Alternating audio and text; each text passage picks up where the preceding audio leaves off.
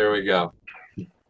Hello, everyone. This is Jack for your host extraordinaire for the Amazing Scale Modelers Hangouts. And this is the Across the Pond Hangout. It's early, and I've got my coffee. And I have to give couple of announcements here. One is actually three announcements, maybe. We have Ralph Tenaglia with us from Tenacontrols. We're going to be talking about lights. Maybe not so much camera and action, but that's our job. But he gives us the lights for our builds. And also, the second thing is I got the shop cards ordered. I got new ones. They're going to be more vibrant in color. And I've got an extra surprise, a vintage, what we started Amazing Scale Modelers with, a vintage that was designed by one of our members, Tony McCash. And that should be interesting too. So if you are interested, I have your addresses for the regulars who do show up in the communities.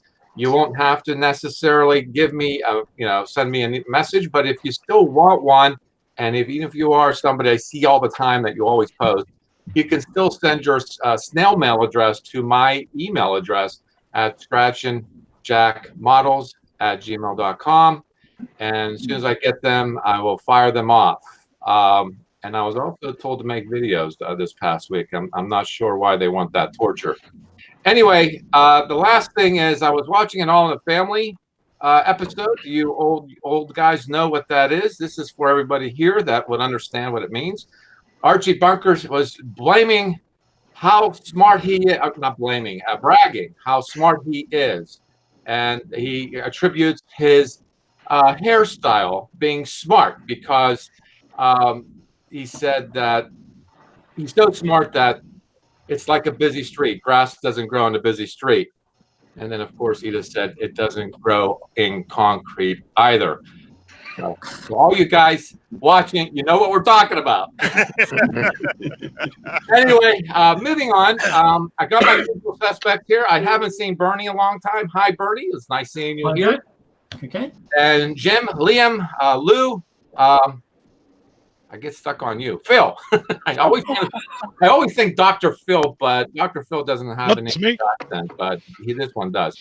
Bob Busking has just showed up, and of course Randall, and we have somebody, of course, we talked to at length is Stephen. But without further ado, I'd like to say hello to Ralph. Good morning, Ralph. You got yourself a few laughs this morning? Yes, we did. You're a good groundbreaker. You started with, I can't believe you guys just sit around and talk for a long time. It's amazing. It was an icebreaker. Yeah, that's true. We talked about shaving. Never mind. That's too personal. Anyway. I want to start this. You started Tenacontrols, and I think I'm going to start this. I was going to say why, where, when Tenacontrols started, but I think more interestingly, what is your interest in the hobby when you started Tenacontrols? What was that one thing I said, hey, I think I should do this?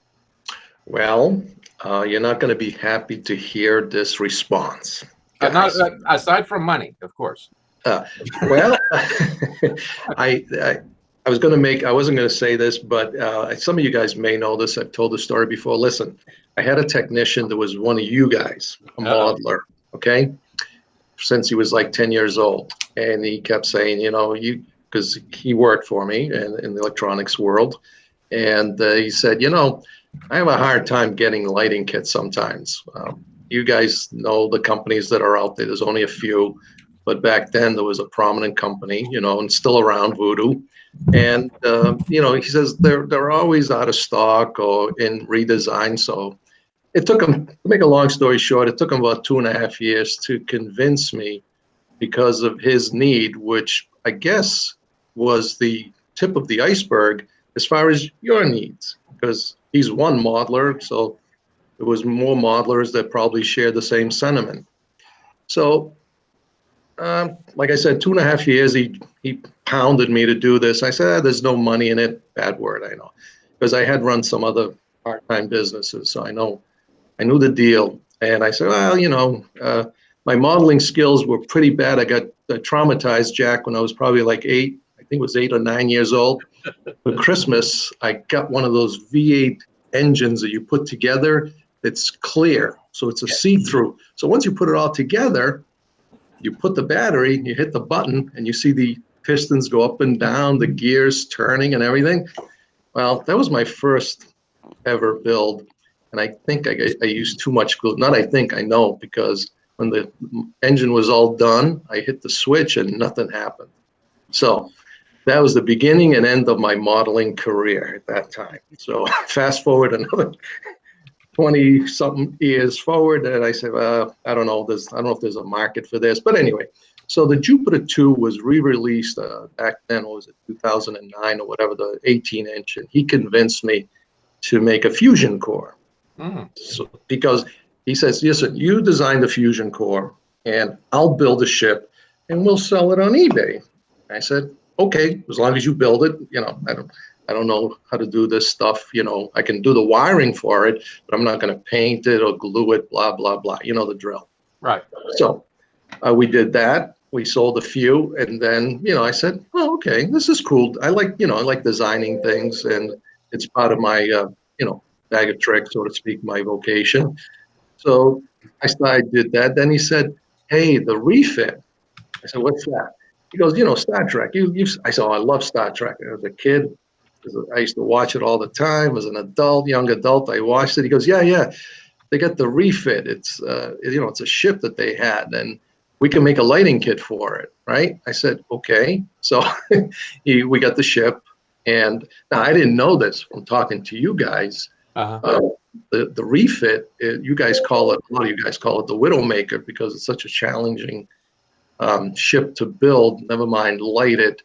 So, and at the time I didn't realize that it was so difficult, but it seemed to go together okay. So other than the seams were pretty bad, you had to be puttied and everything, but that was his job.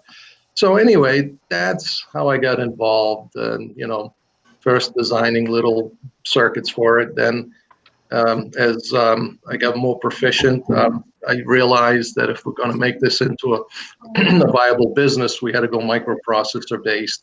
Because my first photon torpedo was analog, all analog, because that's my background. I do have a degree in computer science, but most of my work in the industry was with analog and hardware. So that was my forte. So it was a big little board with, when you do things in analog, you have to use a lot of ICs, resistors, capacitors, potentiometers, blah, blah, blah. And it didn't even have a sound. And I said, oh my God, how are we going to sell this thing? It works great, but it's too many parts. So get that to like that little microprocessor thing, and we can do zillions of things with it.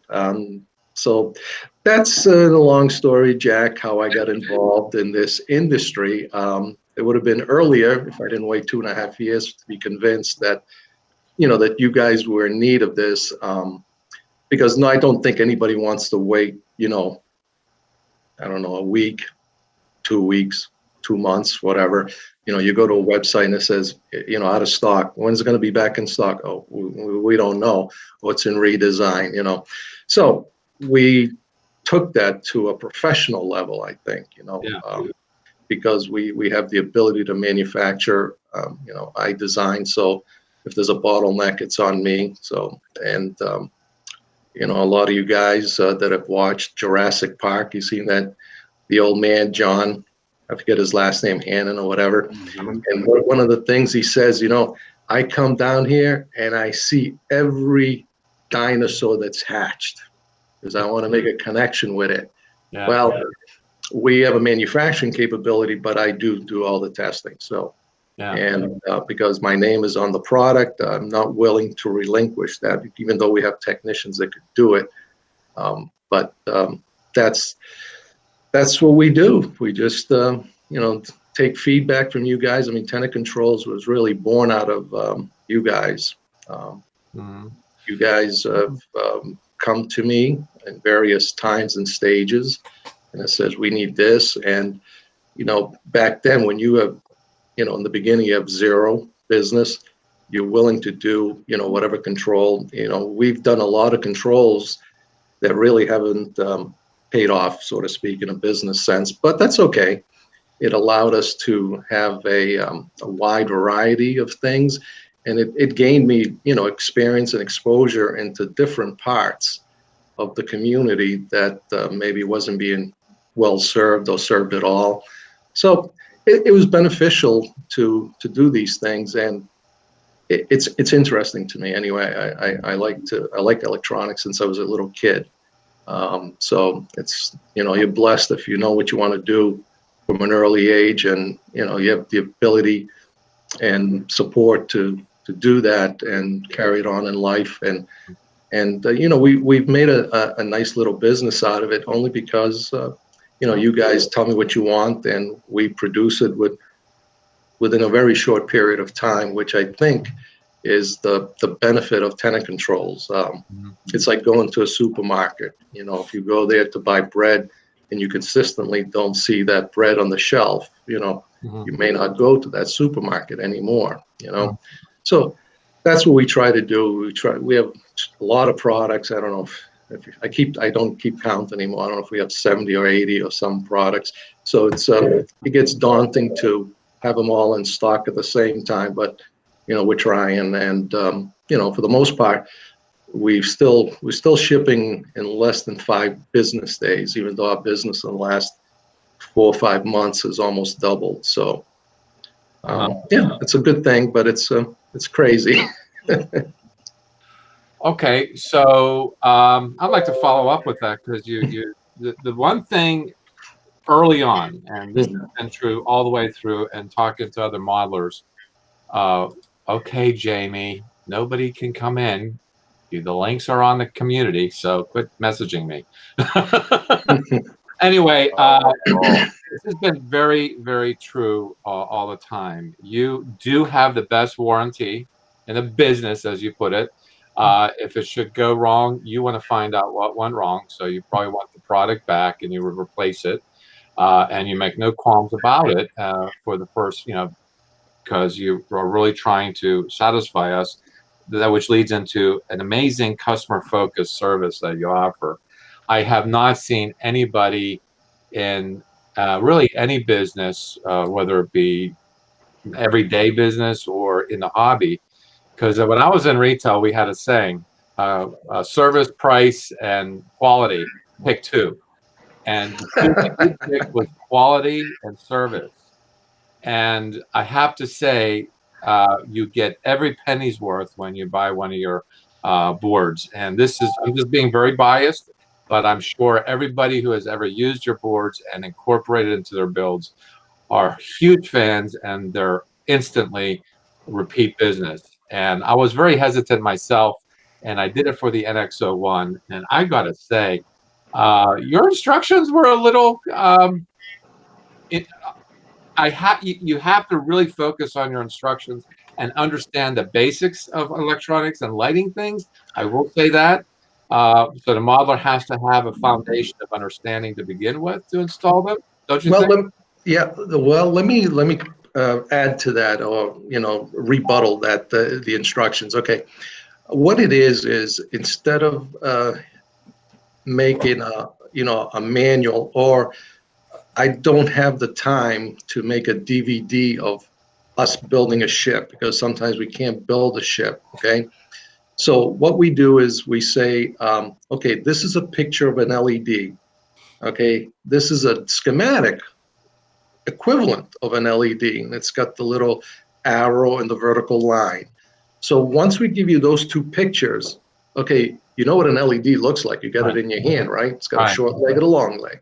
Well, here's the equivalent on paper, right? That's schematic. And then we say, connect the cathode to this point, and at the anode to that point. It really can't be any easier than that. No, I'm not saying that. I'm saying like now, in a ship, if you're asking, yeah, go ahead. I'm just saying that Bassard collectors that are the one that spin, you got a number of wires, and I had to use the process of elimination. In other words, I had to use my intelligence. Imagine that intelligence. We're trying to breed intelligent human beings here. Well, no, I'm not harping on you. I'm just saying that it's when I started working with it, I took it as a challenge. And you mean on the NX? You mean in the NX? The NX01, yeah. Oh, that's even an easier one. It's only got what, 4 wires? Well, that's not good promotion for your other boards, actually. You Jack, just have to follow the wires, Jack. It's very simple. Jack, I will tell you, I used Ralph's board for the phaser effect in my Galaxy class, and the diagram that he drew me by hand for this thing is so gorgeous that I have framed it. Thank you, Lou. See, there's one that appreciates it. I don't say that I understand it completely. I say that I framed it because it was gorgeous. Now, Lou, what I tell people is, listen, they don't understand it because they get, especially in the phaser array, because it's a multiplexing situation. It'll keep the number of wires down. And I said, listen, worst case scenario, you don't need to understand it. Okay. No, you just have to do it. You just have to follow the directions. Exactly. Okay. Just put A to A, B to B, C to C, E to D. I mean, it can't be easier than that. Now, it's not one connection, it's a bunch of them, but if you take it one at a time, Yes. It's a very simple process. Just duplicate it instead of once, maybe 3 times, 4 times. Well, what is it, 20? It's 35, I think. Well, you had the big one. You Yeah. know, you had the big, phaser array. So yes. But Can I just yes, Jack. It asks that you be intelligent and patient and thorough and all the stuff you're supposed to be as a responsible adult. We're grown men playing with toys. Come on. Now, I will say that maybe you want to put on your product label 20 and up. I don't know, an age limit. You don't want to give it to a small child. No. Can I say in defense, I write technical manuals for a living, and I know the sort of problems that's being talked about here, because if you produce a set of instructions that literally is a monkey see, monkey do, totally foolproof, you will always get someone saying, don't treat me, don't like a moron, don't patronize me. Yeah. If you are intelligent enough to be making a model and scratch building and modifying and that, then a set of technical instructions, provided they're accurate, yeah, they should be okay. That's why I put dummy in the level. title. I put dummy right on the title. That's why I do it, because my stuff is written for monkey see, monkey do. Well, yeah, I mean, I with that build, I did use Lou's masks, the Aztec dummy mask, and I have to say, as John Hunt just said on the live chat, he said, and this is what I was responding to. This is what I was asking. At first, it's overwhelming, but at first glance, but you really have to sit down and look the instructions and the board, the wires, and then sort of make heads or tails of it. You just spend time and the patience to do it.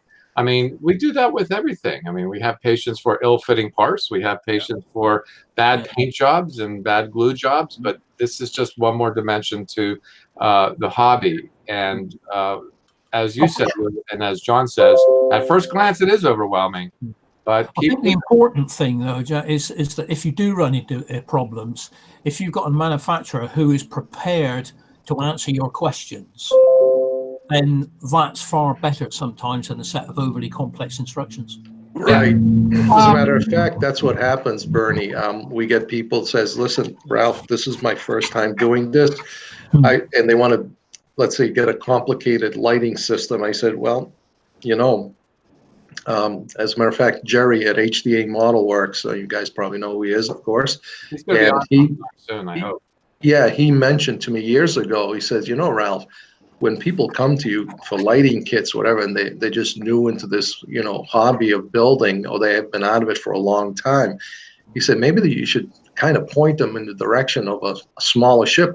And he mentioned the Martian War Machine, Excellent plane to start with. It's a clamshell. I mean, you can't screw it up. I mean, there's not that many pieces to glue, and it's wide open, so you can run your wires simply. So I said, yeah, because I personally had built one that, that got painted later on for me, but I did the R&D on it. So I said, yeah, that was very easy to do. It's a good idea.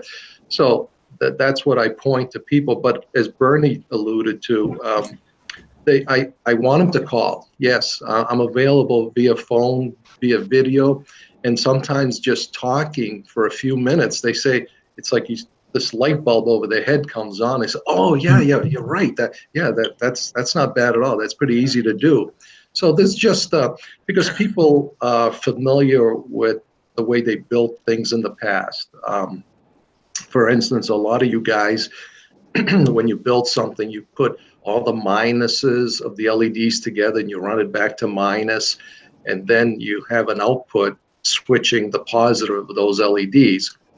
Well, my company and and then other companies, when we put a transistor-based system in the control for an output that's going to switch either lots of LED strips or not lots, but some of LED strips, they're running off 12 volts, usually 9 or 12. You can't switch that directly out of a micro that's running at 5 volts. It just doesn't work. So you have to put a transistor-based output. So we close the ground. We become the mechanical switch that takes the current, the volt, well, not current, because current goes from minus to positive, but we take and close you to ground. So all those LEDs that you put together and you tie to ground, well, it ain't gonna work, you know? And one guy actually said that to me. He goes, "Ralph, I bought your lighting kits before. I've hooked it up right. And on this light build, I just reverted. I just started building without paying attention to the instructions. As a matter of fact," he goes, "I didn't even open up the instructions. I just connected all the minuses together, and I got my positives to switch." I said, "Well, that's a problem on the nabs and strobes. We close the ground." Yeah. He goes, "Well, how? It's all closed up." I said, "Well, that's a problem." I said, "We could build an intermediate board for you that will reverse that function." Now, it works great on the nabs because it's symmetrical. 1 second on, 1 second off. So if I reverse, making a black box in between his board, the black box, and the ship, it would work. Unfortunately, the strobes don't work like that because the strobes have that quick flash and then it's off for a long time. In his case, the strobes would have a big on time and a little flash. So he goes, "Yeah, Ralph," he goes, it was just, so the moral of the story is whenever you get a lighting kit, open it up, look at the wiring diagram, and if the wiring diagram, if you've done, building it all, the wiring diagram, almost instantly you'll see how to wire it, whether you need to bring all the positives of the LEDs to the loop voltage, which is usually 9 or 12 volts, and then to the output wire of the control that does the switching, things like that. But yeah, but that's, getting long-winded about basically call me if you have a question. Well, yeah, I mean, I'm also thinking that your product is the gateway drug to RC. So, well, with our Bluetooth control now, you can control with your Android phone or your Android tablet. oh my God, no kidding! Yeah. Oh, you didn't see that? Oh, I haven't seen it yet. One guy said, I showed the video when we were at Jersey Fest in New Jersey, where I showcased it to basically the world, I guess, small world. But we were in a conference room after the event, so it was a long day. And I had my wife with me. She was the camera person. And, it was our first time doing this. And one guy commented on the YouTube video that we have up. He goes, "What the hell was this? I got drunk from watching that video. Who was the drunken sailor taking the..." So I had to type back answer. I said, I'm sorry, we're at a convention for 2 days. It was at the end of the convention. We were tired. And, the person behind we were using a phone. It was the first time, Jack, was the first time I ever tried Facebook Live. Okay. So I should have probably practiced, but I was just a guy with the tablet, running the ship, and my wife was doing and it was challenging because the bandwidth in the hotel wasn't great. And, she was just trying to stay out of my way, and she was moving around. And yeah, I suppose you could get kind of seasick watching that thing. But I said, it was my wife, she was trying to stay out of my way and, still allow to capture the ship. So I might redo that video of the Bluetooth control in our conference room, like you guys see all the videos basically, and be more stationary. But yeah, that was a pretty cool 8-9 month endeavor to get that to where it is now. Mm-hmm. And well, I'm about to get some more, so I am now a sworn customer. So I'm saving my pennies for the next one. Hey, listen, stop saying that. You know, I got an axe to grind with you guys. Oh, go ahead. Yeah. Grind it with us. Yeah, It was more like we're going to grind it with you, but go ahead. Yeah, I know. I'm opening up Pandora's box here. I might have to be a big boy and take it. But I just heard that saying again. I'm going to have to save my pennies. Now, listen. Out of all the companies out there, and I don't have time to go on every website. I just hear from you guys.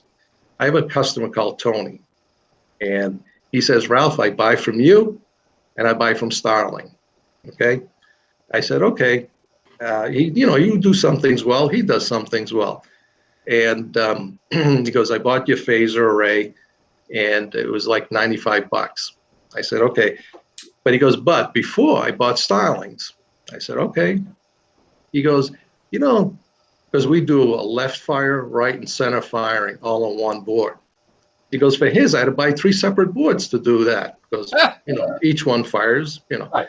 And it was like $300 and something. I said, God damn it. He goes, I'm underpricing my stuff. I told him, Tony. I said, why do I hear that my stuff is so expensive when it's coming from, quote unquote, a legitimate company instead of somebody that, I'm not going to begrudge them. We all can do whatever we want in this world that's building out of their coffee table or kitchen table with no overhead. And they're almost the same price. So I would want to say that those guys are overcharging you guys. All right. Well, I like to dull that axe and say, go back to that old retail saying, price, quality, or service.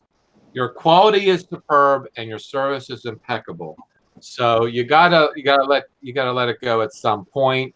And I just wanted to say that. And quite frankly, I considered it, but once I installed it into the NX01, I am thrilled to no end. I am so excited. It's like it built my confidence in everything. And if it should go wrong, I'd have to take the model apart, and because it's inside the model, which you kind of. Well, I can't control that. That's how trusting I am of your product that's installed in, because I just wanted to do a power cord to it. And no, that's great. No, I mean, listen, you're not the first one that's installed it in the ship, and you won't be the last. All of my boards are installed in the ship. Oh yeah, but the thing is, before I close it up, I let it run for a day. Oh, absolutely. There's such a thing as Bernie will know this. There's infant mortality. Now, infant mortality can happen, within 2 seconds. When I test some of my LEDs, and I don't know what it is, those 5mm white LEDs, sometimes as soon as you hit them, even though it's resisted and everything, they'll blow up immediately. And there's something inherently wrong with them right from the factory. But yes, infant mortality can mean 1 second, 1 hour, 1 day, and the other thing is sometimes when you guys, I say you guys, it doesn't matter, it could be me, when we build up the ships and everything, we put the resistors inside the ship. The LEDs are inside the ship. Right. There's no moving air. So it gets warm in there. Now, let's say you're a customer in Arizona or South Africa or whatever, and your air conditioning isn't working. You've let this thing run for hours, and you go over and touch the model. Depending on how it was built, they can get warm. So yeah, there's all different things that could go wrong. But yeah, for the most part, listen, I designed those things. I know how long they're going to last. That they should last basically forever because there's a stress design, calculation that you can do, and each component has a certain value of level of voltage that it can take and things like that. So if you design with certain parameters, you can pretty much be well assured that it's going to last a very long time, 10 years, 20 years, 30 years, So, knowing that, it's not like, hey, I'm joining this business and I'm just going to put an outrageous warranty on it. And, if it works, it works. Now, from a technical perspective, an engineering perspective, we went into this with our eyes wide open. He said, yeah, we're going to do this. And this is the warranty because we're confident in the design and the components that are chosen. Yeah.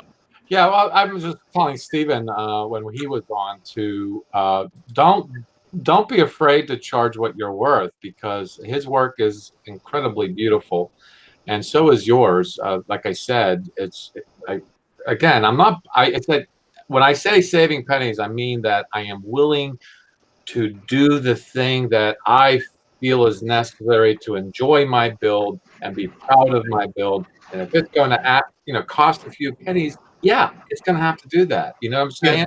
And that's The pennies you're saving, you're talking about whether or not you're going to light it at all. right, right. And And there's a lot if you're gonna spend the money to light it, now wait, get the best. there's also modelers are intimidated of wiring an LED to a power source. Yes, That's yes. a basic. And when I got my 1,000 scale Defiant done, the circuitry is mine. I built it Nice. myself, but it's only a strobe. I mean, it's a simple 555 timer, and somebody said, "Oh, you should do a video on that." But what I was thinking of doing that to the NX01, but I thought, you know what? I can spend, and I'm a tinkerer. I can spend years figuring it out. But you know what? I want to get this done. Go to Ralph, buy the board, and go with it. But for something like as simple as an on-off, it is something. You do have those boards for those who don't want to spend the time Exactly. learning and doing. Yep. And they're reasonable as far as, like, you do have just a strobe. Yeah, they're like if you buy if you buy the nav strobe board, I think it's like under $40, $39.89. Oh, yeah, yeah. Something. Yeah. Now the other thing is a lot of you guys, you're getting so proficient in modeling that you're buying your own LEDs, your own LED strips, resistors, blah blah blah.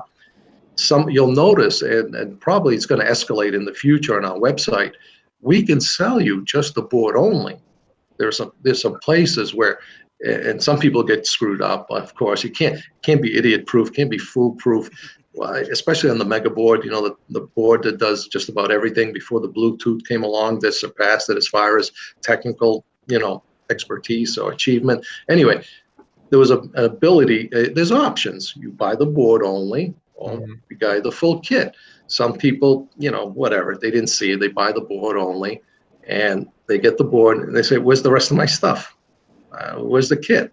Just the board." I said, "Well, that's what you bought." So you see, we try to make it easy for you guys to buy the boards only, save money, and we create another set of problems that people don't see how to order. But yeah, you guys can buy the boards. And if you don't see, I know the web. By the way, we're redoing our website. It's been in the works for a while. It's taken a while, and hopefully you guys will like it. And this is a good platform to ask you guys.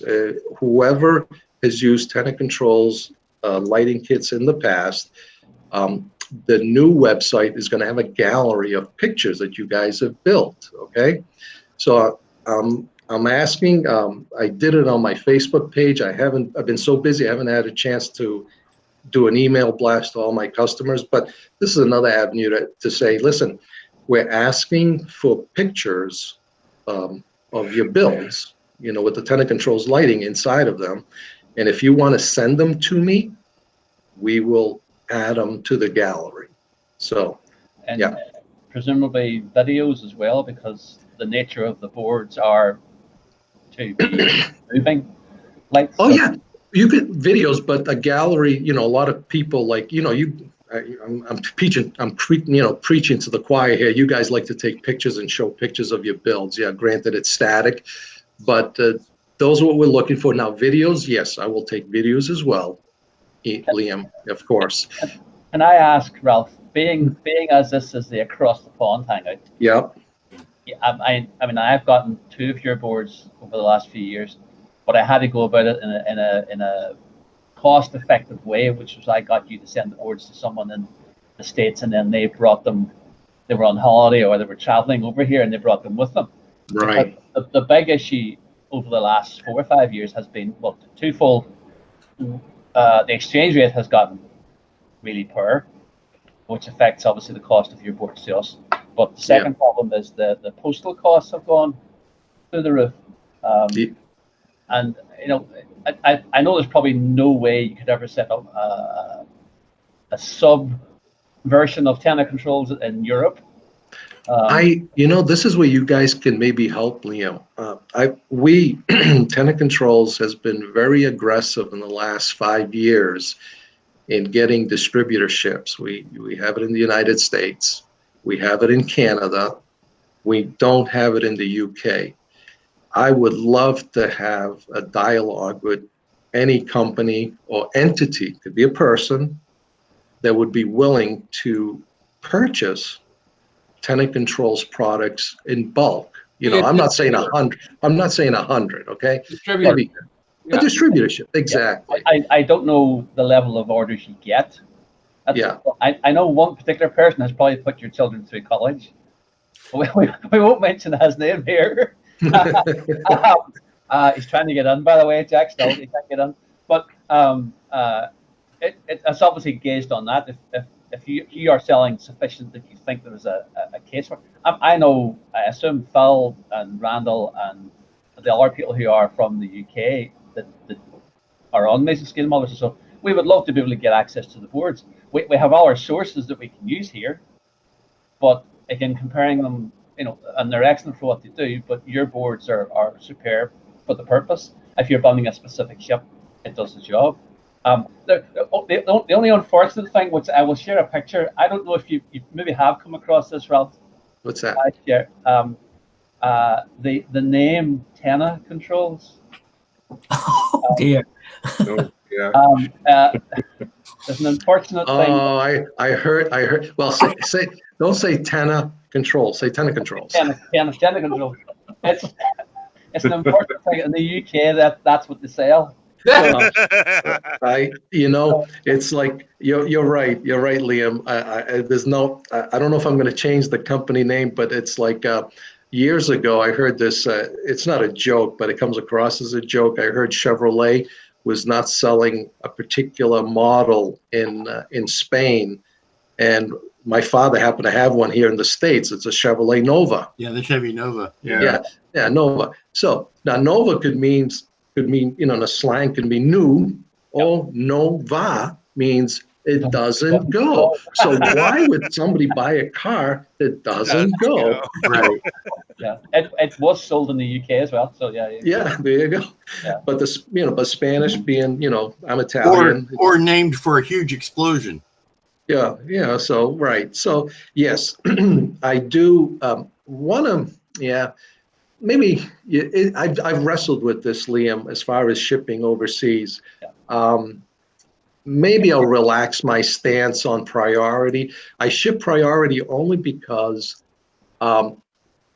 actually, it was a customer, okay, and he happened to come from the UK somewhere. I don't remember, and we shipped product, and he didn't get it.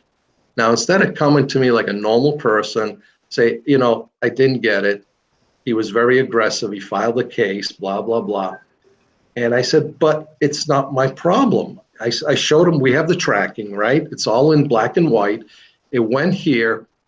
Here is the black hole in the UK. Yep.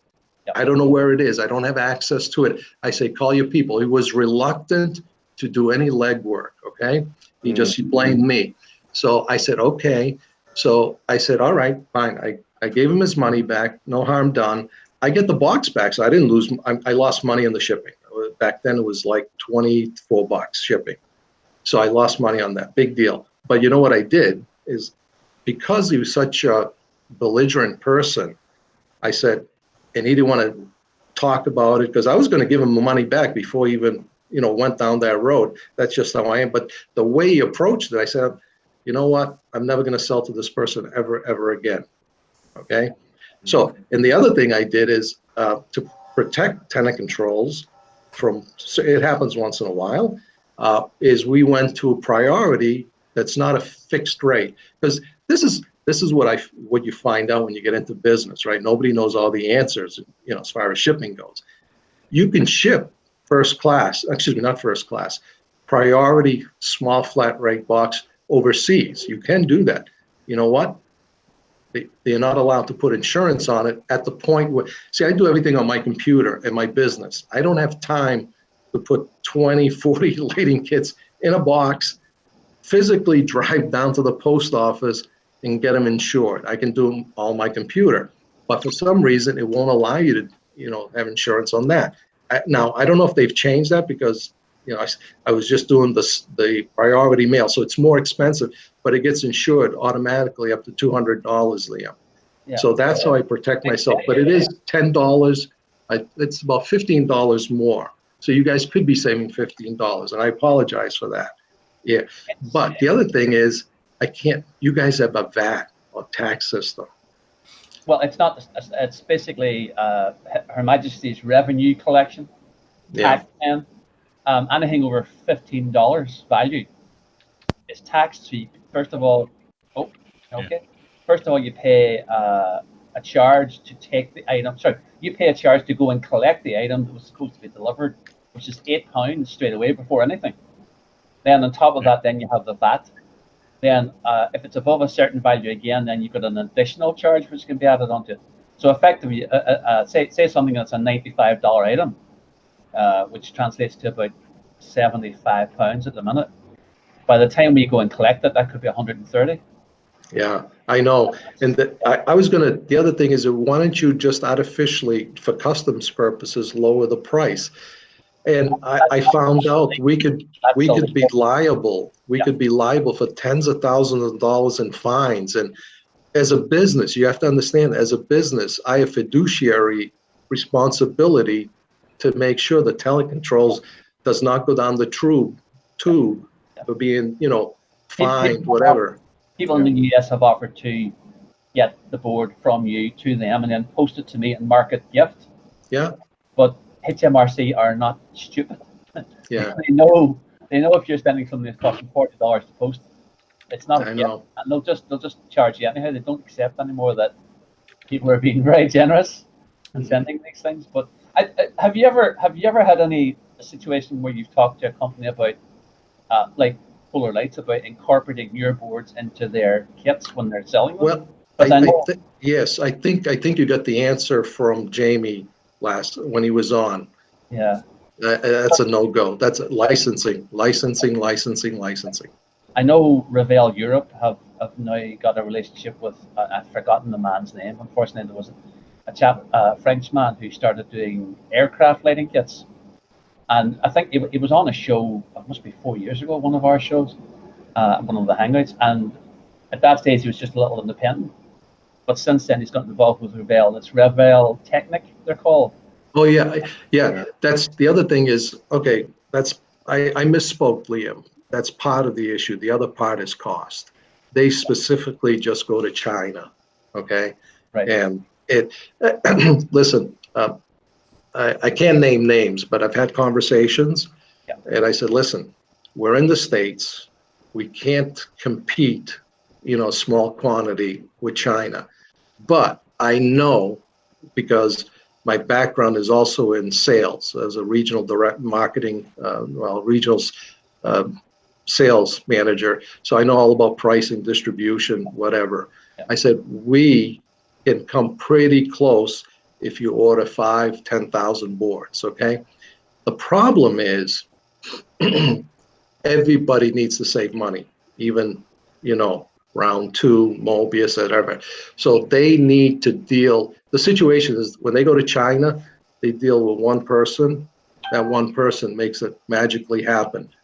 Box art, shrink wrapping, models, electronics.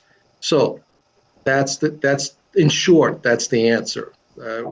They just have such a unique business model that it's hard to crack with an American company. Right, okay, understood. It was just another option. If I know the UK distributorship, is that right? Yep. For 99% of models is Amarang. And we've had this discussion before about Amarang's prices in the UK. When we get Polar Lights kits, like the Tenaglia was $90, we're paying £125, which again is almost double the cost. A big chunk of that is down to the distributor in the UK, so I've been told. So if you do get a distributor, there's a couple of model companies that we use who or mail order who may be interested in the idea. I know them quite well. I can chat to them and see if it's Sure. Dialogue's always good. But I'll leave that to another time. But I may come back to you about that one. Well, you know what? Can I interject on that one? And I think I expressed this to you already, Liam. What's stopping you? It's called money. Well, Get yourself a briefcase. before you say money, do you know how to set up an import distributorship in the UK? No, not a clue. And that's There you go. How do you know that costs you a lot of money? Yeah, and you're back to. And if you want a support in that, there's a thing called asking your friends. Oh, I know. I know there are people here, and there are people who aren't here, who have setups where they can supply lighting boards and different things, and it's a different sort of scenario. But I think Ralph has and Ralph's company has the name of reliability. It does what it says on the tin, that type of thing. So there is a demand in the UK, but I just couldn't gauge what it would be. It might be one of those things again. The Tenaglia kit, another good example. According to the guy who's supplying mine, it's the highest number of pre-orders they've had for any model, and way above. It's not just slightly more; it's way above anything else they've ever supplied. They're actually surprised. It's out of stock everywhere. Even the supplies that came in have sold out. They've reordered from Polar Lights, but I think Polar Lights have a limited stock supply as well because of the popularity of the kit. But that's another issue. But no, I can look into it certainly. I mean, if it would be practical, but then is it 10 kits? Is it 100 kits? Is it 10 of every kit? No, that's the thing. That's the thing is I'm willing. I had this conversation years ago, and I even posted it, posed it as a situation as there's you, Liam, there's, another guy. Who's to stop you from getting together and say, I'm going to build this ship. I need this lighting kit. So now you instead of one, now you got 3 or 4, right? And it doesn't, by the way, I wouldn't ask for 10 of everything. You can get 10 of assorted, 3 of these, 2 of those, things like that. Tenacontrols is on my hand. So the thing is, yeah, we would not, be asking, well, if you guys want to get a price, a decent price, you got to buy 10 of each. No, you can buy 10 and get a 10-piece price, and you'd get 1 of this, 2 of those, or that. Yeah. Well, Ralph got something going there because when the JJ prize came on, it was only available in the UK. I found a hobby shop in the UK that was willing to ship to me, and he shipped me 3. And the guy told me, he says, if you sell 1 of these, they'll pay for everything. And sure enough, he was right. So I not only got I got 3 kits. It was a bit of a fortune to get the 3 kits, but on eBay, since it was so rare, I sold 1, and it took care of all my costs. And I think that's what Ralph is saying, is that if you do find a group of people, maybe pull your resources saying, okay, among the UK folks, this is how many that we should get. At some point, they'll be able to buy from you. And, but that is a dollar, or in your case, a pound or a quid layout on your part to do this. But I'm going to do you some favors there, Liam. I'm going to look into what it will take to do a distributorship in the UK, because quite honestly, I don't want to sound too harsh, like I'm beating you up on. I'm getting kind of tired of hearing it. I know. I have so many other irons in fires. Okay, I agree. I mean, I think though, if we just pull ourselves together and we can figure something out. Yeah. Jack, you're tired of hearing it, but you're not the one having to pay it. Well, that's something that needs to be figured out. Nobody knows what it's going to cost. Nobody knows, and that's the hidden part of the equation. So that's what needs to be figured out. But for the price of an airline ticket, you could come over and fill up a suitcase and go back with it and set up a little lemonade stand outside of a convention. I can't hear you, Stephen.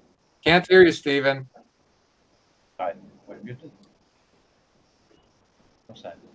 Who's Steven, and why can't we hear him? He got muted. Oh, Yes, there he is. I got muted. There you are. That's weird. Yeah, it is. Sorry. So I have a question for Tenacontrols. Sure. Who's in charge of putting your product together, building your boards for the client to use for the end client? Is that you? Do you have a team of people? Yes, we have, where I work, we have a company, and there's not lots, but a fair amount of people. Now, within that company, there's a couple other little offshoots that we as internal people that work there, entrepreneurs, and we have built companies within a company. Okay, so there's like Tenacontrols is like the third one within the big company. So we have a team of professional assemblers.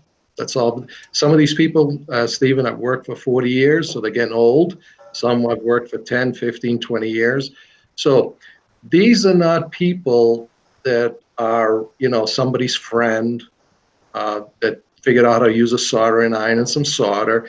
This is what we do for a living, okay? So they, as a matter of fact, we're just having a bunch of controls built now that we're going to ship to Cult TV Man.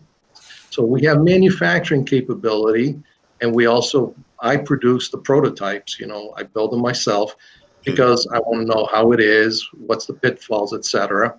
So we do have a team, but I'm the designer. I designed it on schematic. I designed the board. And I'm not like some other companies that builds their own PC board, because if I'm going to pay you, charge you guys some fair amount of money, we have professionally made boards like all the boards in the industry are. So they're going to last. So I get them made outside the boards, but we put them all together. We buy the inventory, the products on. So to answer your question, there is a team behind this ugly face. How many of these boards do you produce yearly? Oh, that's proprietary. But we've in the last 4 months, we've almost doubled our business, and that's probably because some other companies have gone by the wayside, at least for a short time. But at the end of 2018, I did make an announcement. It took me 2 months because we're so busy, Stephen. But we gained 586 customers. Good. In 1 year. Okay. Now, a lot of you guys know this. Some of you guys don't. Tenacontrols purchased or bought out Madman Lighting. Okay. There were another company that was in the mix there for a while. So some of those people have come over. So they're a portion of that. But out of that 586 this year, or last year in 2018, only, what was it, 56? 50, I looked at it the other day. It's tough getting old, but I think it was like 56 of those customers also purchased directly from us. So you can see the bulk of the business of new customers is from Tenacontrols. So is it, are they mostly, they're all over the place. They're from overseas as well as US, or is it mostly US based? Well, Liam's gonna be happy to hear this. Last time I didn't check last year. A bad CEO here, bad president, but usually England, the UK area, was running about 10 to close to 11% of my annual sales. Whoa. So you guys are doing pretty good. Whoa. But yes, the bulk of the business is the United States. But we sell, Stephen, we sell worldwide. I've sold to Greece, I've sold to Crete, I've sold to Japan, I've sold to China, South America, Argentina, Brazil, New Zealand, Australia, of course, so they go all over. Okay. Does that answer your question, Stephen? Yeah, it answers a few questions. Thank you. Well, Ralph, he's doing 3D printing and aftermarket parts for these kits, being that he's a Trek fan too. I don't want to insult anybody if they're a Star Wars fan. No, they've got a hard enough life. And if you like both, you have no friends. So now if you throw in the Orville, it's even worse. Anyway, yeah, I think there is something here, and I'm glad we're talking about it, Ralph, because I should have had you, shoulda, woulda, coulda, had you on maybe even years ago. I did have you on very early on in the shows when you were pretty much starting yourself. And anybody who wants to ask a question, just jump right in. I just want to be sure. The thing I would like to say about Ralph, I don't look at Ralph as being a distributor or a manufacturer. I just look at Ralph as being someone that we know from modeling for the last 8-9 years. Yeah, thank you. That's not trying to give you a big head. It's just. Oh no, I got my wife to you know, Okay. shrink it all back down. I don't remember. I mean, I got back into modeling the time Steve Neal was doing all this YouTube videos and all the rest of it. It's almost about 8 years now, and you were on the scene from early on, and it just seemed you were there the same as the rest of us were there. Yeah. It wasn't. I grew along with you guys. I got old with you guys. Actually, you guys still look the same. You guys have aged me. Look at this. I look in the mirror. I'm saying, oh my God, this work is getting to me. I'm getting old. I blame one particular person from the UK. I think I know it's making you go grey, but that's another story. I'm surprised he has. Oh, I thought he had jumped on there. Stephen went for a second. I thought somebody was going to grab his space, but go ahead. Sorry. Yeah. So what I really wanted to get to, there's two things. This is a question from, and he asked a while ago. Thank you, Viswanathan Pather. I'm not sure. Oh yeah, he's a customer. He asked. This was a while ago on the live chat, but I will ask. Working on something new? What's that? Are you working on something new or anything down the pike you can see happening? There's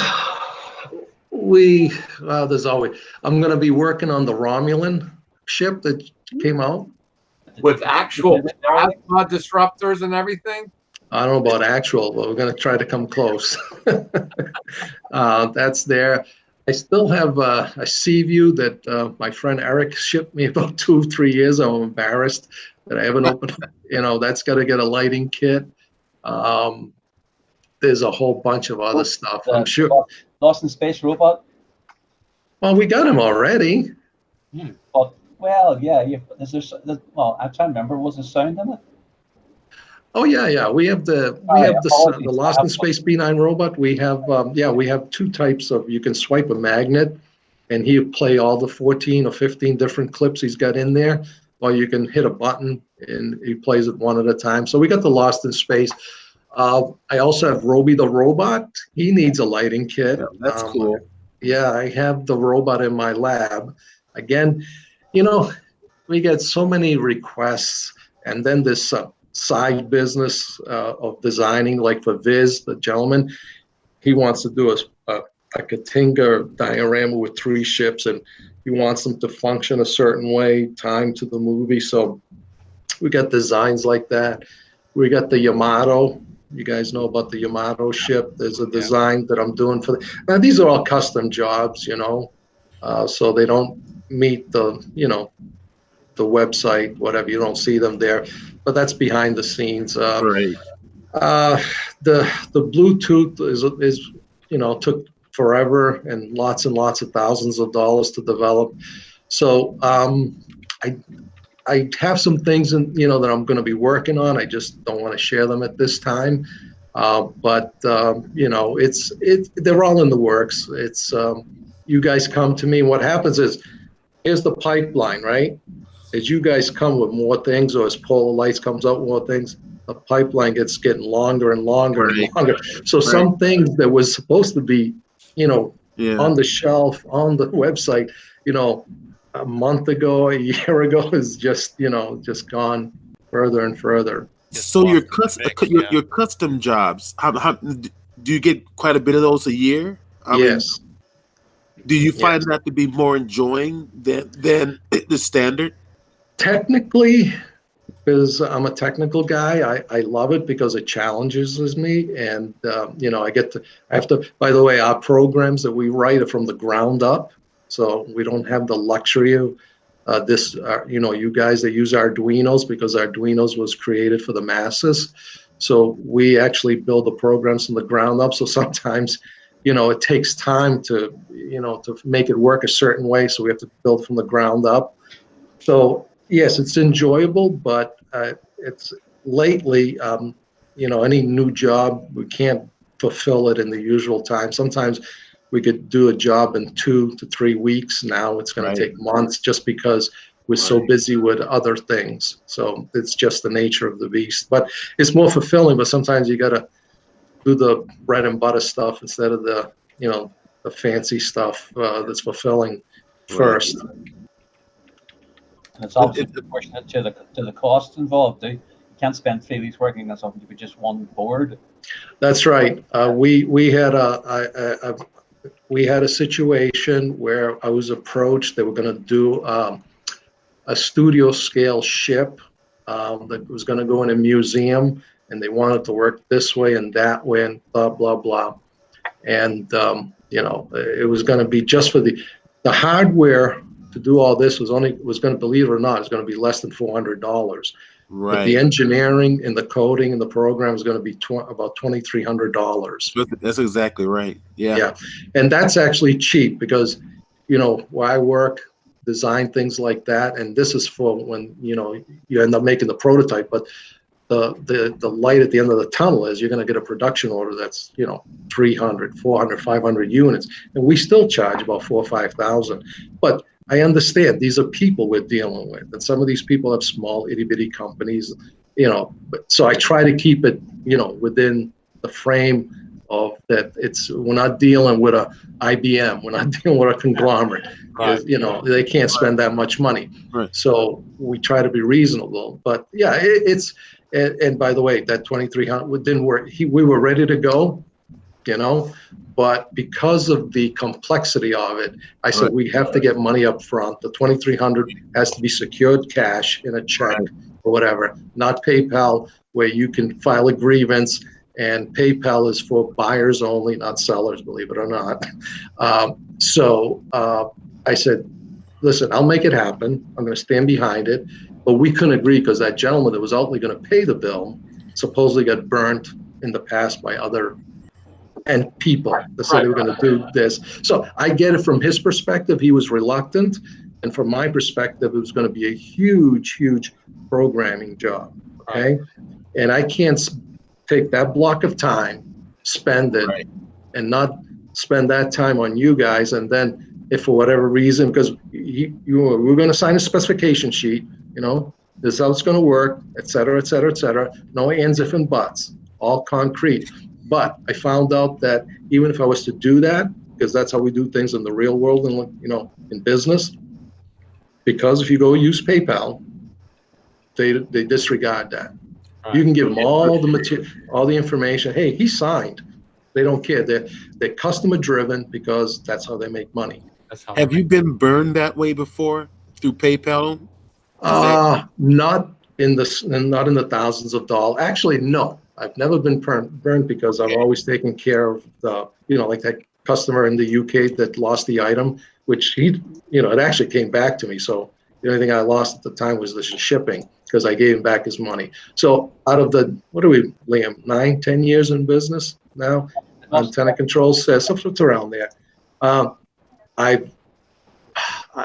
think I've only had to pay back maybe out of all those years, I think a total of maybe up not even $200 for whatever reason. They lost the package or they didn't want it, whatever. So yeah, no, I've never been burned to that scale, and Mama didn't raise a dummy, so I'm never going to be burned. So hey, my mama did. Yeah, but you made money. You're an Aztec dummy. But the thing is that it's never going to happen because I got guidelines in place to protect it. Again, we're here. I don't have a time machine, guys. I can't take back time. The time I spend is gone. Right. We can always make more money, less money, but I cannot create time.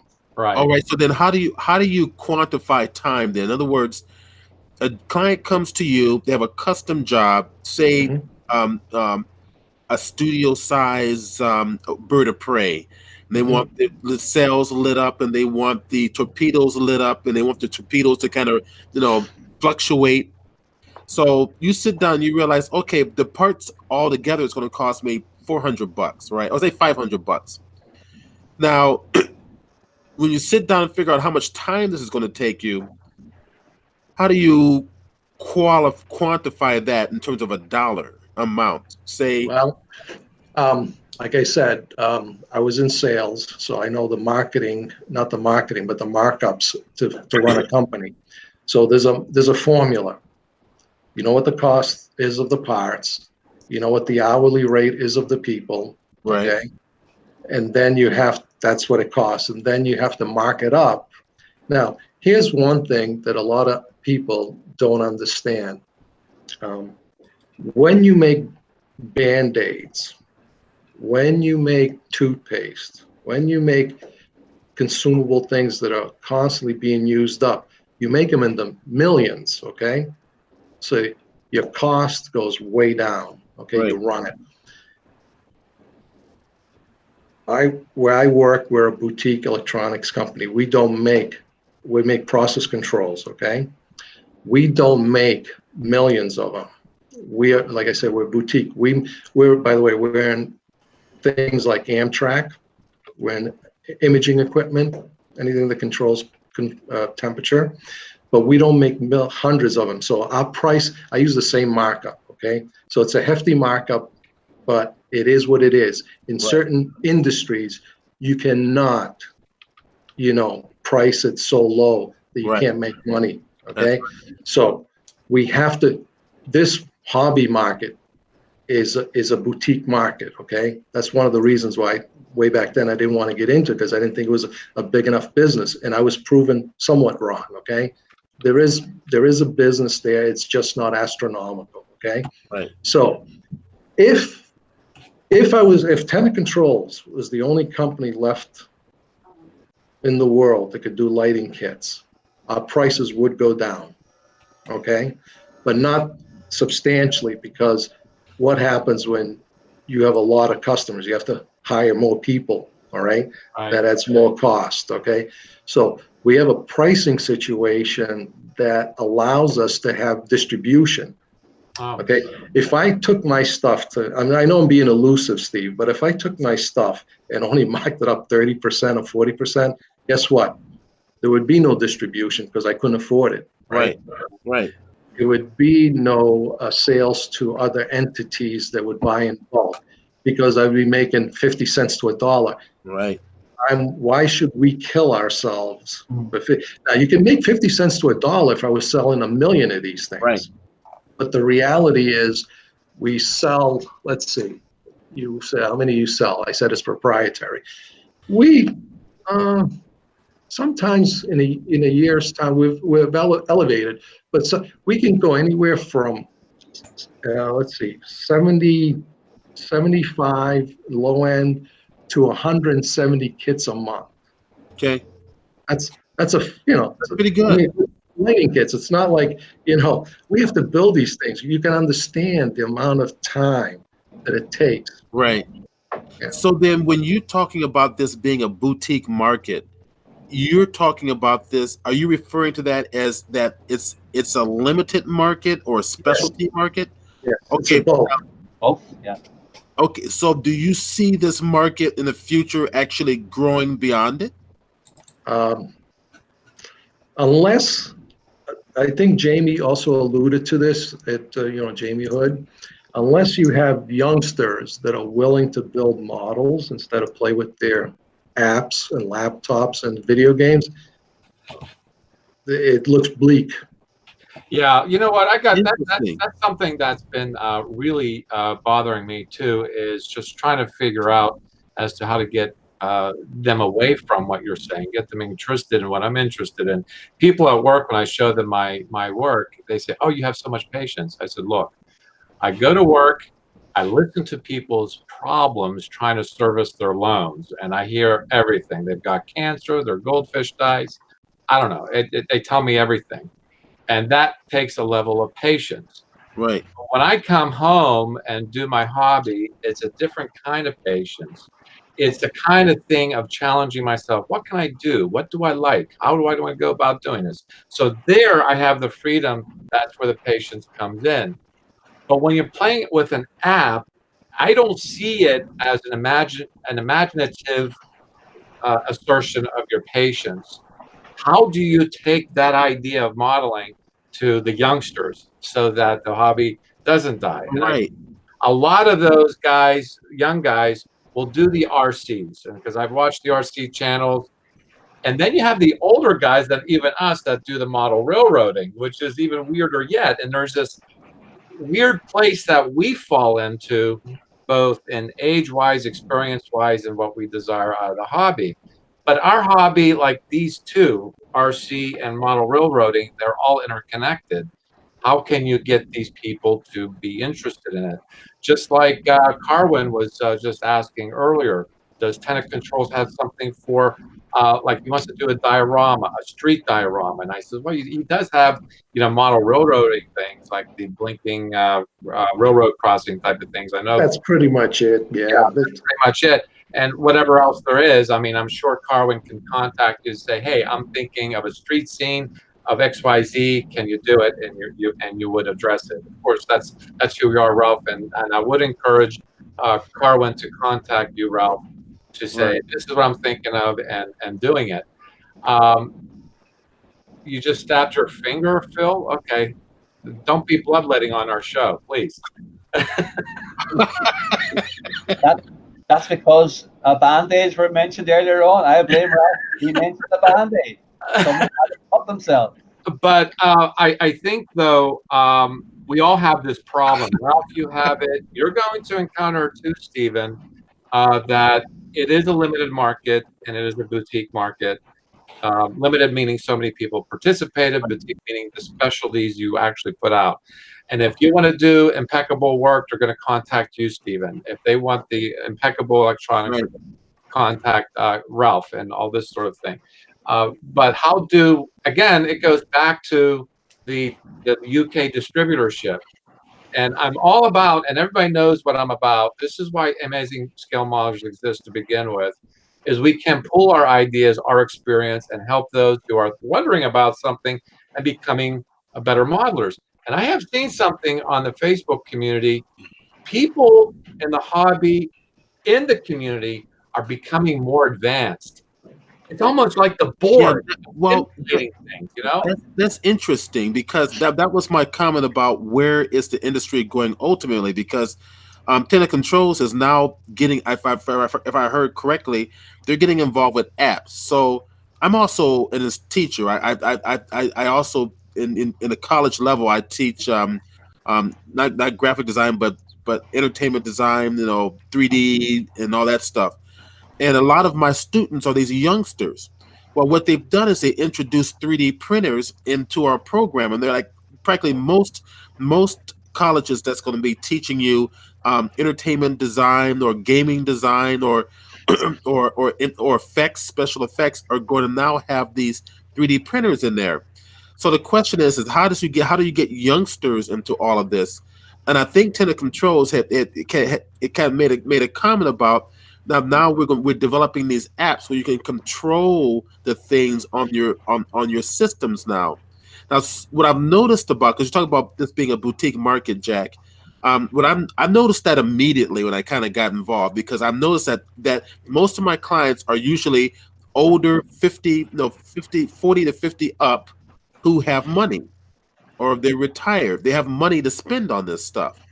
A lot of young people don't have the money that most of our clientele are willing to spend. But I think as the technology is most melds together, the app, the electronics, the 3D printers, I think those things together is going to help attract the younger market. Because I know this because some of the people I know personally are character designers for gaming companies. And those gaming companies got 3D printers, and they're going into ZBrush or programs like that and sculpting out their models in the program and then printing them out. So now you take that ability, combine it with what can be done with electronics, and I think you've got a formula for attracting a very young market. Okay, this actually leads me to a question that Ken, that's a good lead into Ken's question from Ken Modelworks. and I hope, Ken, I'm phrasing this correctly, because what I'm trying to interpret what you're saying is, but I will read what you wrote verbatim.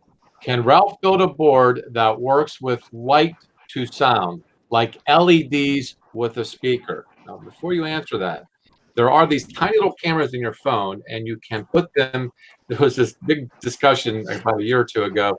You can get these little cameras that go into your phone and put them inside the Refit Enterprise, because you build this hangar bay, which is mostly hidden. I mean, 99% of it is hidden. So you put a little camera inside so you can see inside the model with these cameras. So I think what he is saying, that when it comes to the torpedo boards, when you have the firing, the speaker is elsewhere, and correct me if I'm wrong, Ken, but he wants the sound to emanate from the light itself, perhaps. Is that possible? That's interesting. The sound to emanate from the light itself. We've gone well with the Lost in Space robot. What we've done is we've taken the sound and made like his voice imitate the sound, but not the other way around. Right. Yeah, you can use the audio to trigger the function Of the light, yes. Yeah, but to get the function to trigger the audio is a little bit of a back-assed way of going at it. But yeah, That's yeah. Maybe what he's talking about is the sound, say the photon torpedo effect on the refit, having the sound coming from where the photon torpedo emitter is.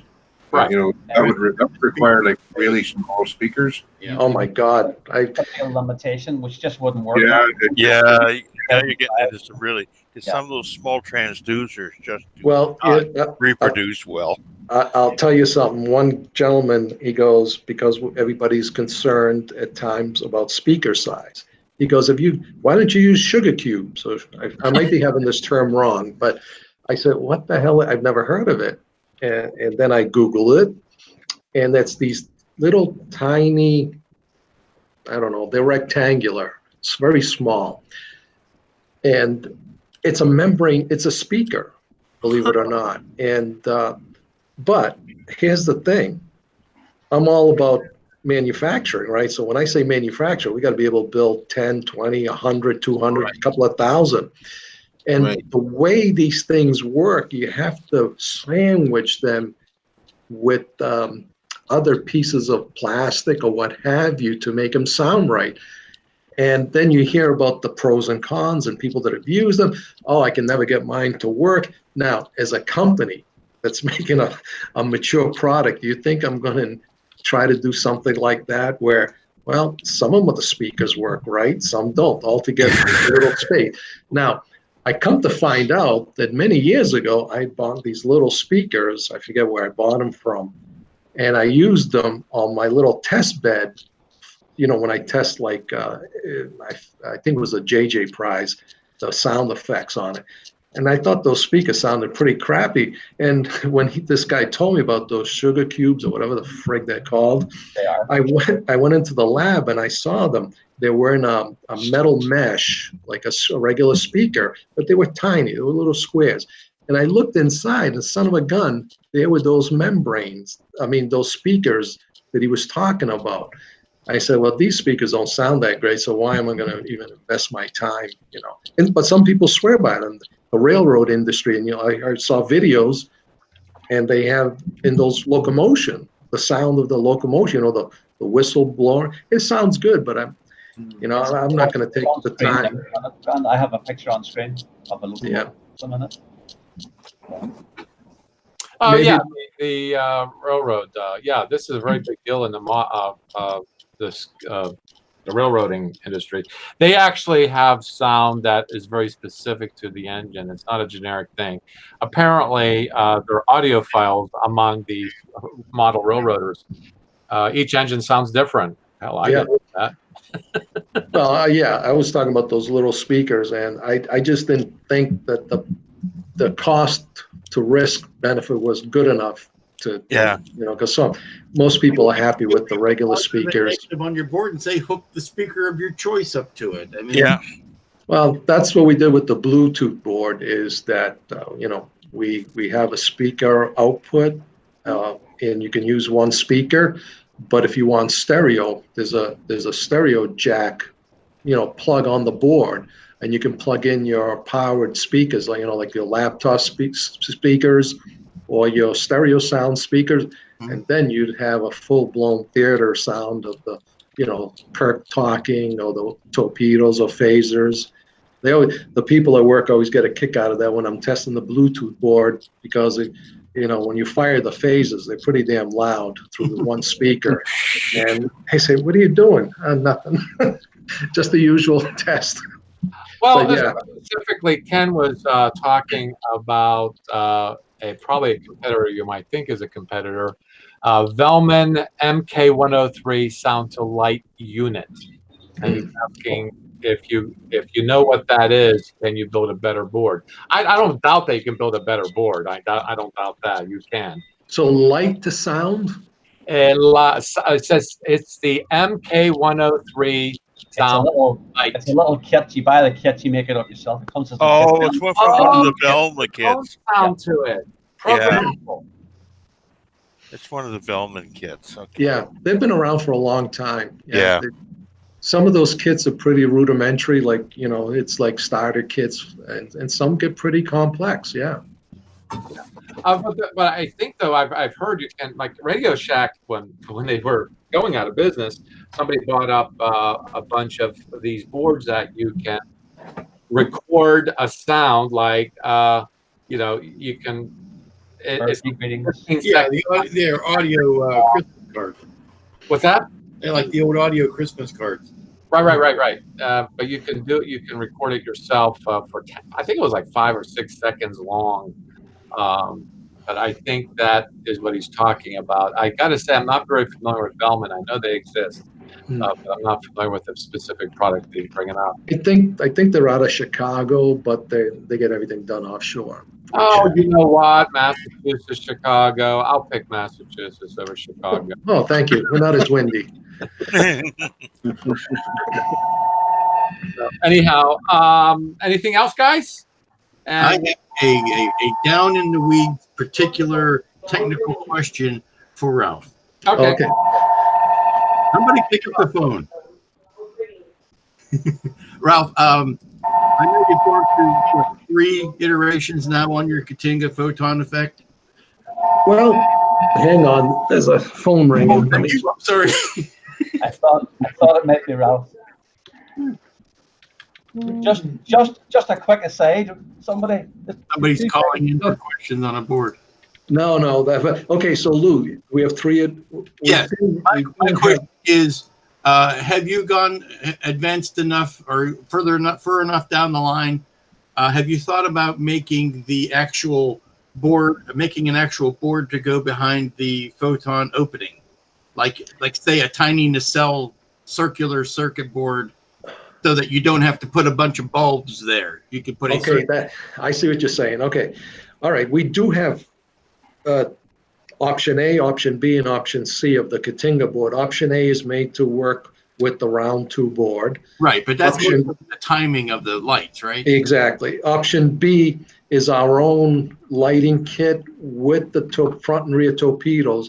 Mm-hmm. Now, on option B, really, to light up the tube is 1 LED. Right. And the burst is a second LED, and we put them back to back. And it's pretty good if you use just a clear disc that comes with the Katinga torpedo. Uh-huh. It lights up nice, okay? Now, option C, because Paul at Paragraphics came to me and says, hey, we're making a photo etch kit for the Katinga, and it's going to have the discs for the torpedoes, front and rear. Mm-hmm. I said, will you be willing to make a kit for it? I said, well, send it up. He sent out the thing to me, and it's got the hanger bay thing, but I'm not interested in that. I'm just interested in the torpedo. Now, yes, Lou, he's got a disc, and there's 8 holes to light it up, and there's 1 hole in the center for the burst. Right. So people are thinking about fiber opting it, instead of LEDs. But he's designed the photo etch to fit 1.8 millimeter bulb, LED bulbs, and they fit, and they fit nice. And so I put it on a little vise. You mount the disc horizontal, right? Mm-hmm. You put the LEDs and you use CA glue, and then you hit it with kicker, right? And it bonds instantly, and it's pretty good. And then, so to make a long story short, would I make a board for it? I mean, That would line up with his openings. You know, yeah, would be your surface mount LEDs. yeah. You can go, well, yeah, you can go to surface mounted LED, that's for sure. And and still use the disc, is that what you're saying? And still put it behind his disc. Okay, it can be done. It can be done. Again, I didn't, when you're moving 1,000,000 miles an hour, Wouldn't have a bunch of bulb wiring to do. it's we didn't even think of that, because just LEDs. How do you solve the problem? They want it instantly. LEDs.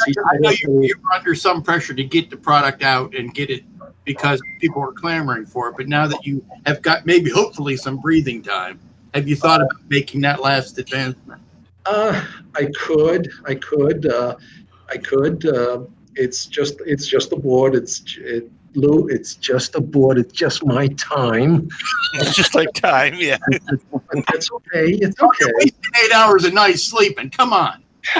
There is someone in the UK working on an ancillary board that attaches to the polar lights kit, which does the torpedo flash front and back. Yeah. So it can be done. Yes, it would save you guys time.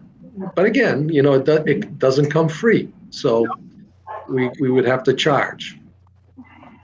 Well, that's understandable. I just wondered if you had thought about that. No, but now you see, now you're making me thinking about it.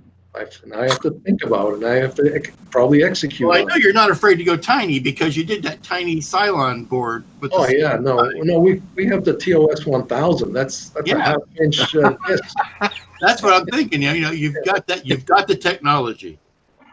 We can make it happen. Yes, You can Lou. make it happen. Better, stronger, faster. Yeah, there you go. Jimmy, Well, guess Showing what? your age. Guess what? What? You just spent an hour and a half with us. You'll never get back. Oh, Jesus Christ. Oh yeah, it's Oh, 9:20. we're going to get the bill for it. Don't If you you want worry. to stick around, you're more than welcome to, because I did I ask gotta- every time if you have anything else going on. I really have to go. It was a pleasure actually talking to you guys. I enjoyed it. I know I've been remiss. I don't have time to join all these different hangouts. it's been too long, Ralph.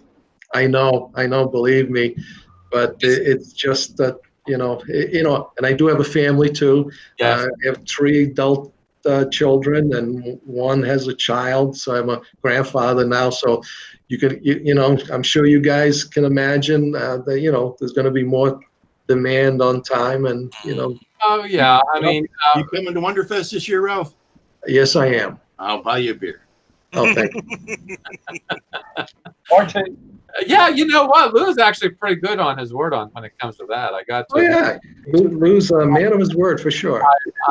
Now that I know the lay of the land of Wonderfest, I plan to have more fun. And the next year, lose the change, God. even more fun. That's great. So, Ralph, thank you. I can't express enough thanks for. It's been a very interesting conversation. Some of which may have gone over some people's head, but it was very interesting. And you know what? I did ask Jamie. Jamie Hood. He's got a family, and so he's busy too. He's agreed to come on at some point. He's going to contact them. I won't contact you next week and have you on next time, but certainly sometime in the future, would you come back on again? Yeah, surely. All right. So the human sacrifice wasn't too bad, guys. That's a cheap goat. I mean, one price of a goat, that's not bad. I thought you told me that was a cat. Right.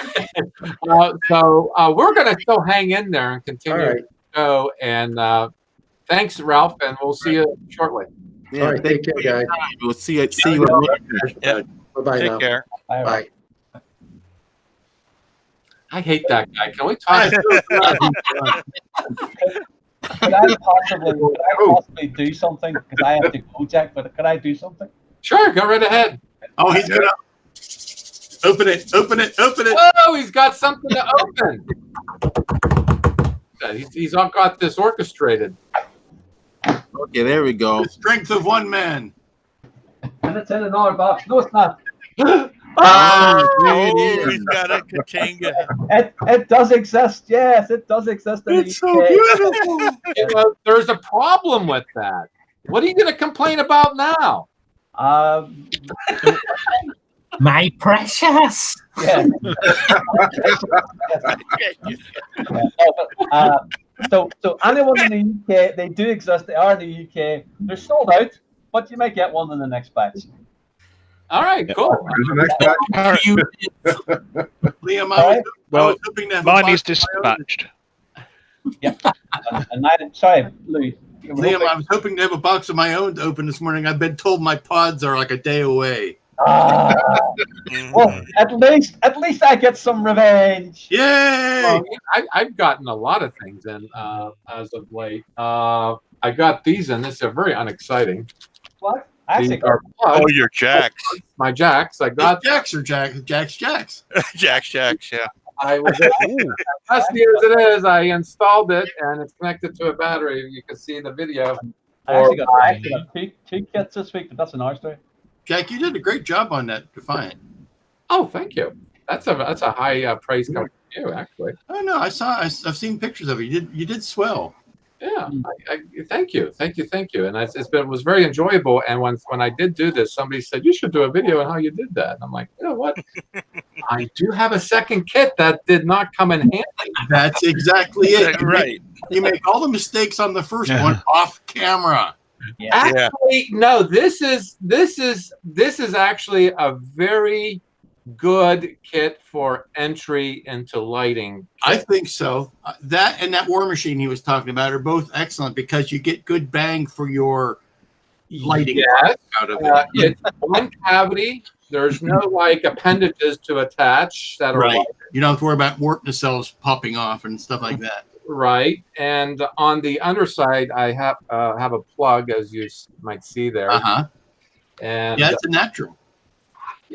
but this, I think the next time I wanted to connect it to a battery, a 9-volt battery. Uh-huh. And let's see.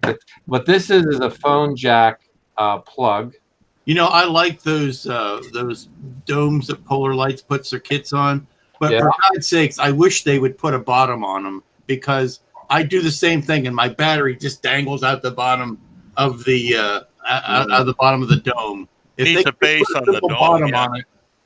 Well, yeah, I like it. I can always glue felt on the bottom too. Right. But I mean, just something to keep. But this lead, this telephone battery lead that from cordless phones is what I used. And in fact, there's one going between two halves. Oh, that has been indispensable.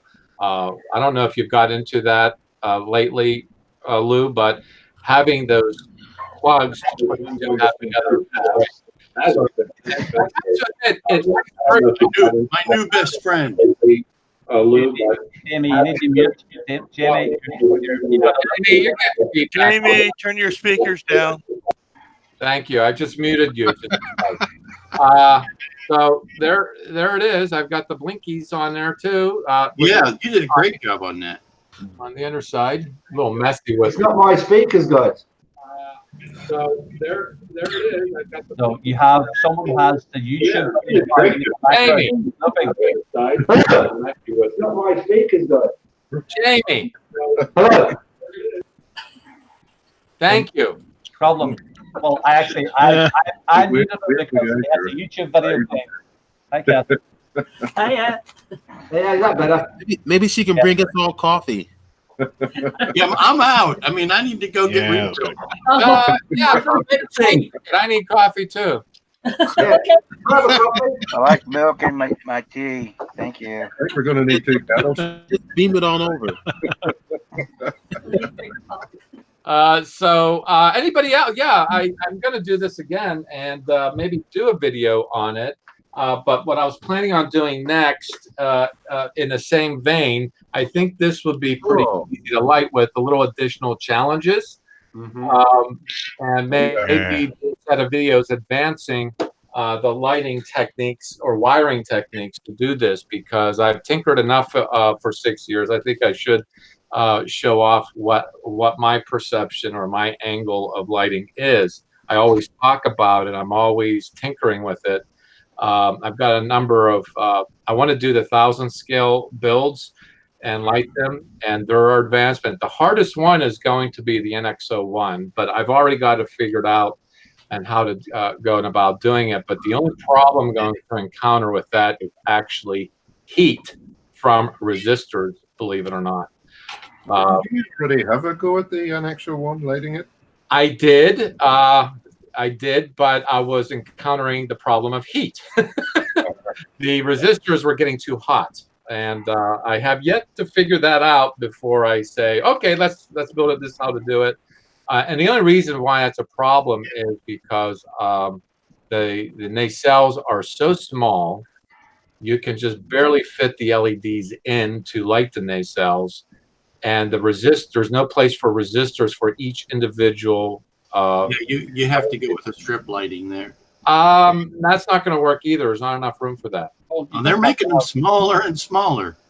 You know what? I just saw your video with the double density on steroids. That is like amazing. Yeah. They do. They do. That's the thickness. Yeah. That's the thickness that you have in that nacelle. And Well, now that Ralph is gone, I'll tell you the Voodoo FX makes they make a strip of single SM LEDs that are micro small that they sell in their Proteus kit to wrap around the observation dome, and those will fit in your NX01. Yeah, you can get strip lighting now in half and quarter size of full zero stuff. but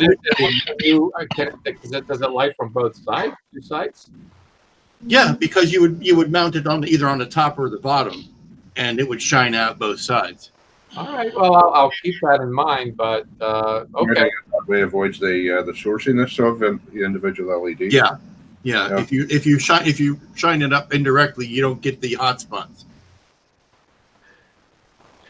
Okay. I will. Look Liam, are at you getting lighting for that? Are you doing your own? I will probably do. I will speak to someone nicely who is here. Liam, what are you still doing here? Why aren't you building? I have to go somewhere else in a minute. No, I figured you'd be on the camera like it's hot and running off and starting to build your container. Jamie, I may chat to Bernie and Grovel, and maybe he will help me with the lighting kit for the container. Until I start distributing Ralph stuff. Well, you're going to show up in New York with a suitcase under your arm, and then take it back, and then just open up your own little lemonade stand. And Jamie will buy most of them anyhow. So there you go. Well, okay. Anything else going on other benches? I've got this far, lads. How's that? Oh, the cockpit fits. Did you sort out what the issue was? Yeah, I had to take some of the side off in here. Yeah, nice size. Nice. It closed up nice. It's all right. Yeah, it's a nice little size. This one. I'm just doing all the bits and bobs jobs now, and putting the wheels on. Those wings pivot. I tell you what I do like. I like the engine. I don't know if you can see them. That's the photo edge. With a yeah, it's got the engine like grills in there and everything, so it looks pretty cool. You can actually get afterburner light kits now for those, Jimmy. Oh no! Listen, I haven't done a plane for 20 years, right? I'm doing it because Jack keeps on me doing a bloody plane or something else. I'm doing a bloody plane. You can forget lighting it. That's easy. That's slated for me to light. That's a F-15 or 14, one of the two. F-14. F-14. Yeah, that's a good one to light too. But I tell you what, the little people, God, they're a pain in the arse to paint and put the decals on. I've always thought the little people were a pain in the ass. That's how we do starfish, right? Life would be so much better if it weren't for the little people. Yeah, Willy Wonka's got a lot to ask for. They're 48. Yeah, 72 scale or smaller. Hey Jim, what do you got? Oh, look at that! It's actually got the last plank of the birches on. And he's got all the clamps on. Yeah, I can see what it is. Don't tell me that's made out of paper, Jim. Oh. No, it's not. It's only 107 years too late. Yeah. So how are you gonna light it? Set fire to it. That's fine. Dear. Ralph sells a lighting kit for it. So anyway, the next plank goes up is the walnut one for the top. So we got the walnut strips to do along the top. No, say yeah. Is that a Viking ship? Yeah. No, Titanic. What is it? that's a lifeboat. Oh, it's a lifeboat. It's a Titanic lifeboat. Oh, Yeah. I see. You know why he's building that, because when he's in a tub with his rubber ducky and he's supposed to. Oh dear. It looks like you can put one of those. He's got a scale model of a door, but it's too small for 2 ducks. Only Yeah. 1 duck can fit on the door. And I got this little guy for my birthday, so that's going to be a future project. Nice. Tacom. I'm sorry. This one has a subject that actually I'm recreating with this one. So you do a whole diorama or just the? I'm going to do a partial diorama because I've got a picture that I can copy. Okay. So I've got a picture for this is to recreate the Panther that was captured by the Canadian Armored Corps and used through the Italian campaign. Mm-hmm. To recreate Deserter. I've got the actually my decals should be here Monday or Tuesday, so they've been ordered for it. This is not a toy. I like it. The first bullet point. Well, this one's got the interior. Yeah, but the first bullet point on the cover says this is not a toy. This is not a toy. It's got the That's interior not, package. Wow. I got the. None of which you will see. Well, that's a good point. Does the top come off so that you can see the inside, or is Probably. Probably. I think you can leave it. I think it's clips in securely, so you don't have to I think glue it they in take one out place. with magnets then. I haven't opened it up, so Or do what one of the club did. He used for on a modern AFE. He did with an interior. He used 4 acrylic rods to lift the body off the. Oh, I've seen that. Yeah, you just bend it over top. and, of it. and he had another. Yeah, and he had another acrylic rod lifting the turret up even further to show all the turret interior as well. Yeah. From an exploded view. type of thing. Yeah. For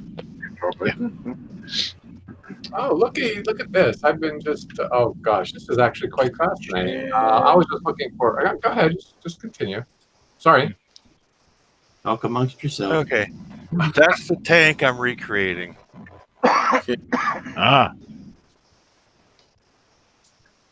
Destroyer. right.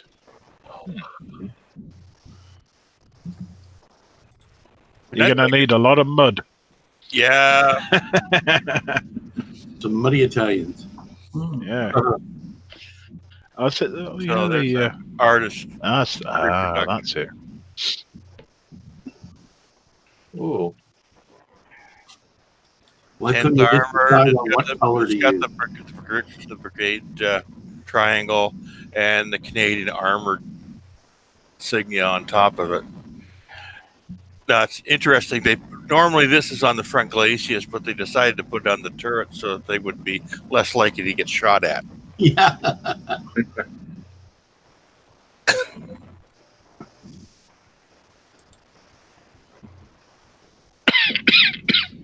So that's kind of the story with that.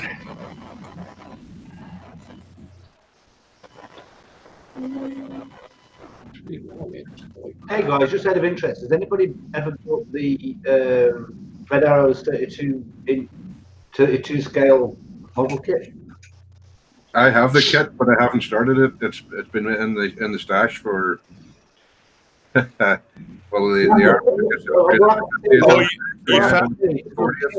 You found the micro strips, did you? Yeah. I did. This is 3mm wide, apparently. This one, there's one there's 2mm. Oh. There was one of them there was 2mm. And what fascinates me is that apparently it comes in colors. Where is this? No, I don't want to block. Alibaba. It's an interesting name.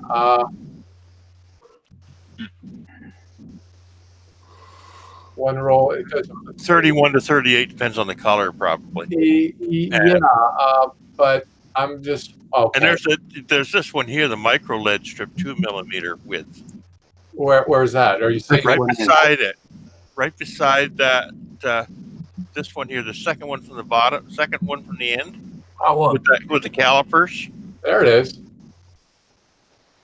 Ooh, this is good to know. This will solve a lot of problems with that XO1. But you see, that's the thing, though. Look at the density. It's not, to me, it's not dense enough. It doesn't appear so anyway.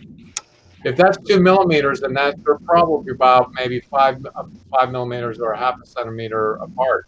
Yeah. That's what it kind of looks like. But doesn't mean that they don't make They're actually double a density. centimeter apart, aren't they? Yeah.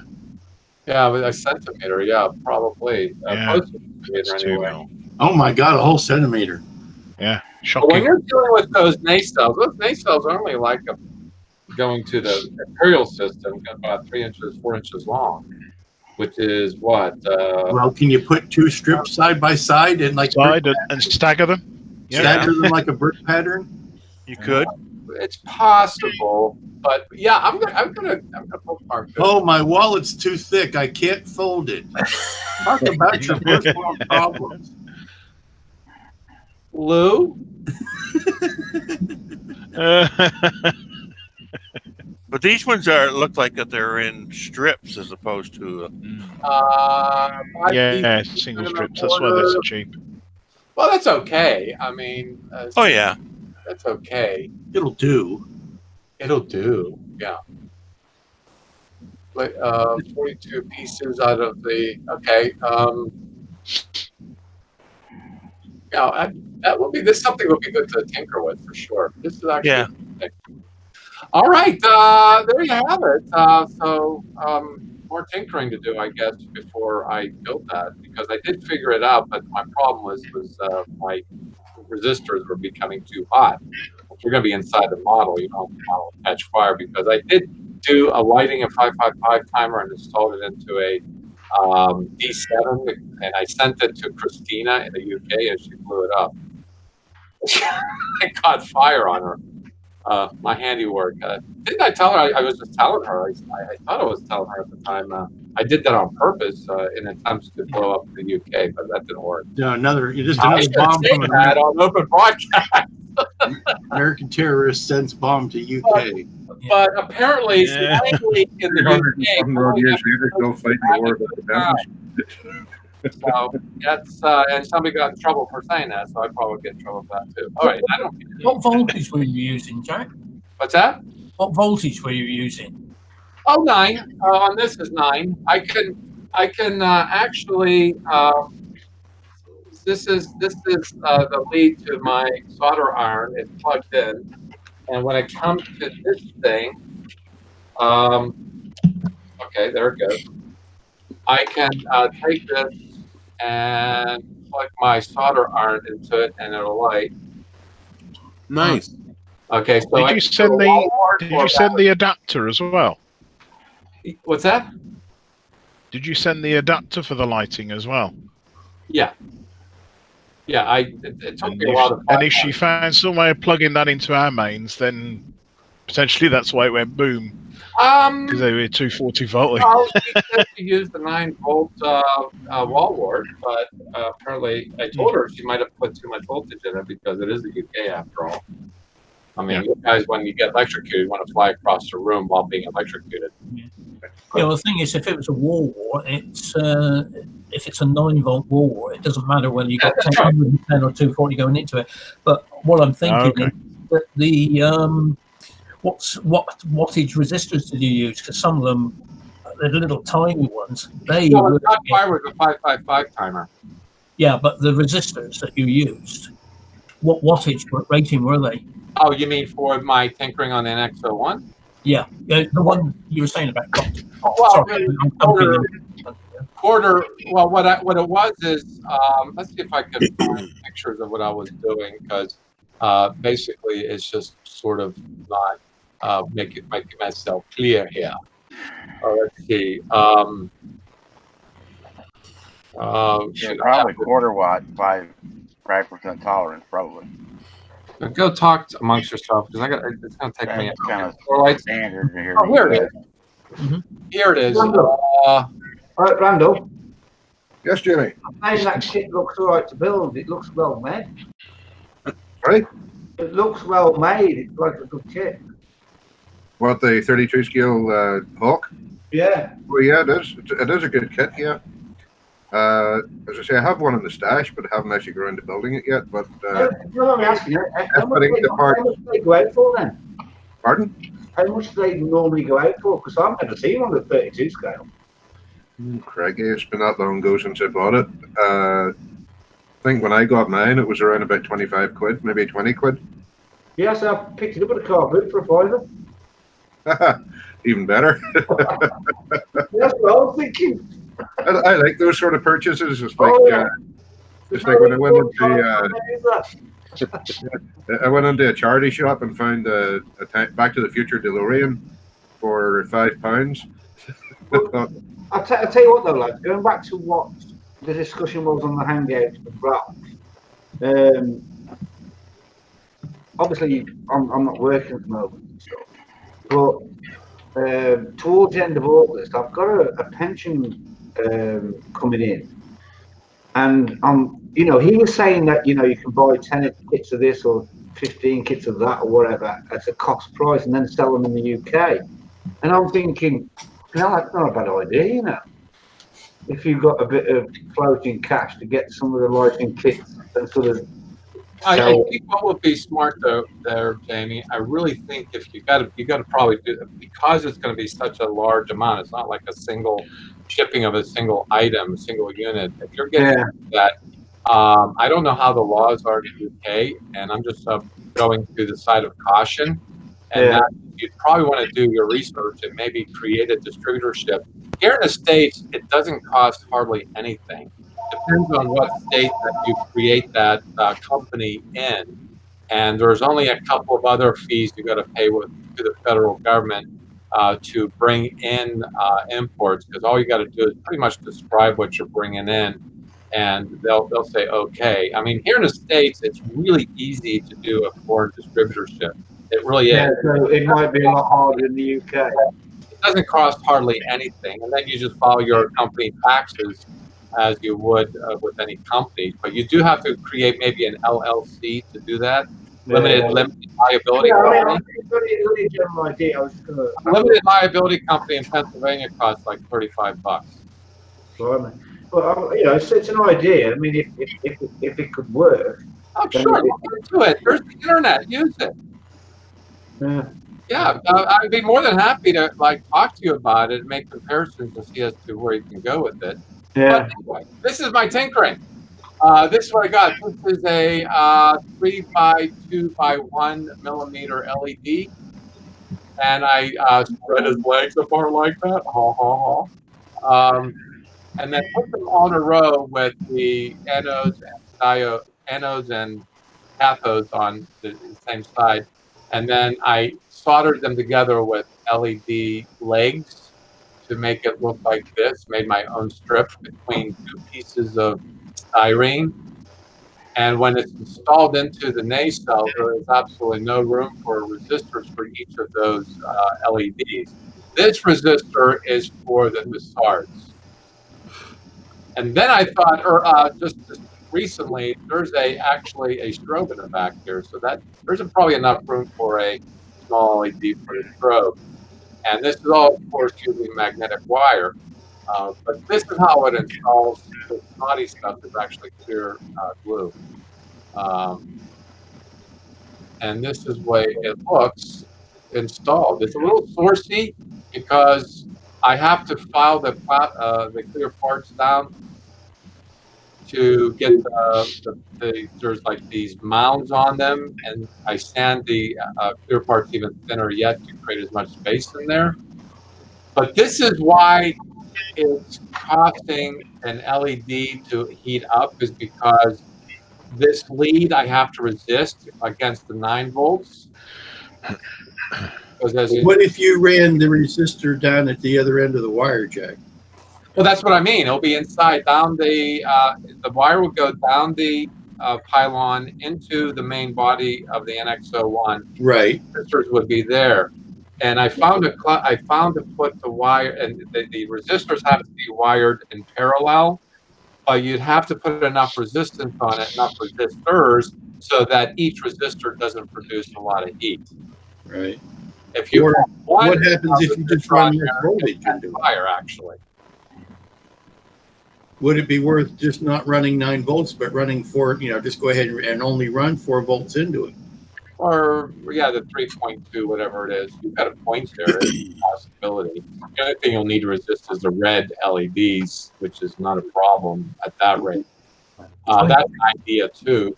I'd have to look into seeing getting a wall wart for that voltage. I know. Yeah, a lot of those wall warts that have a selector switch on them, they can go from 4.5 up to 12. You just slam it down to 4.5. Yeah, I think the main problem you got there, Jack, is the fact that because you've got one resistor, you've got how many LEDs is that in the strip? Let's go back. 1, 2, 3, 4, 5, 6, 7, 8, 9, 10, 11, 12. 12. So that's 12. Each one's running at what? About 15 milliamps. Yeah, 15 or 20 milliamps. Yeah. 20 milliamps times 12. That's a lot of power. And that's all running through that one resistor. Well, no, I tried one resistor. It doesn't work. Right. Okay. So I have to cluster them together. Right. Sorry, I thought you were running all those LEDs from one resistor. From one source. Yeah. One source, but this has to have resistance on it for all the LEDs because they're all. Yeah, that's what I mean. You've got one resistor that's dropping that's attached to all the LEDs. So each LED doesn't have its own resistor. Yes. So I'd have to all the power of all those LEDs going through one resistor. Right. Right. I would have to quarter amp. I only have quarter amp. I was thinking of buying half. Not quarter amp. Quarter volt. Quarter amp. Well, you probably need a 1 amp. You probably need at least a 1 watt resistor. 1 watt resistor, and they're pretty big, chunky things. Yeah. Yes. Well. Oh, you say 1. Okay. Because if I put 4 of what I have together, it would be 1 watt. Sorry, I think we got cross purposes here. You've got one. All those LEDs are connected across your supply with one resistor. All right. Well, with one resistance, yeah. But I have to use multiple resistors to get the wattage up. You put multiple resistors to do what? Sorry. To get the wattage up, because I only have quarter watt resistors. So if I cluster 4 or 5 together, that should be enough. And if you put them in parallel, yeah. And if I put them in parallel, that would work. Well, if you put them in parallel, you've got to recalculate the resistance. Don't forget. What's that? If you put a load of resistors in parallel, you're going to have to recalculate, because if you put 2 resistors in parallel, you half the resistance, total resistance. Oh, yeah. A 1 watt resistor wouldn't do it. You need a 2 watt because it's over 1.5 watts of power coming out of that thing. But wouldn't resistors in parallel just share the load? It'd be the same resistance coming out the other end. Yeah, but you have to. If you cluster them all together, you got the same heat coming out. Yeah, so it's the number of loads. So you got 12 loads, let's say at 20 mils each. That's 240 milliamps. Then you've got to drop 6 volts across that resistor with a 9 volt source. So that's 6 volts times 240. So that's 6, 4, 6, 24. It's about 1.5, as you say. Yeah, it's about 1.5 watts. So you go from 1 watt to a 2 watt resistor. A 2 watt resistor? Yeah. Jesus, that'd be a lot. That'd be a big one. That's a big resistor. Yeah, Oh, probably. It would probably be a ceramic resistor on top of that. Yeah. And if you want to share the load between two resistors, you've got to recalculate the resistance you want. Yeah. Because we'll say, for sake of argument, it's, I don't know, 220 ohms for one resistor, and you put two in parallel, you're going to have both. Yeah. Well, you 1 over R, blah blah blah blah. You know, recalculate.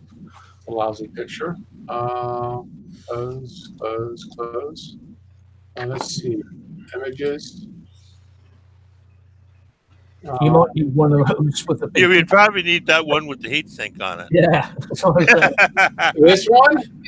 Like that gold-colored one. Oh, this one. That one, yeah. Yeah, that'd be a weird thing to put inside a model, but that's That's a 10 watt. That's a 10 watt. Oh, that would take the current, no problem. It wouldn't even cook. Oh, it can probably do both both tank cells. That's the 30 ohms. I'd have to store that outside. 30 ohms. That's not enough. Right. Okay. Well, this is interesting. Or I can tell. Brought up a very interesting discussion, nonetheless. So, Stephen, you're getting quite an education today. Of course. So, get me a cell that will accommodate LEDs, so I don't have to jimmy it in there. So, should I put cooling holes in it? No, I'm serious when I say that, because there are parts of kits that you got to put this stuff in, like let's say nav lights on a Starship, and you got to glue it in. But if it's like a little lip or a holder of some sort of LED, well, I'll show you. I'll show you something I'm working on now, actually, that kind of addresses what you just mentioned. Cool. I was asked to do these little custom design parts. Basically, I did two versions of this. One version is for the 1/350th scale Enterprise refit, and let's see if I put it up. I'm gonna put it up to the camera. Okay, actually, can you see? Let's see if I get the camera, get the lights there. There you go. Yeah. Okay, so this is for the 1/350th scale refit.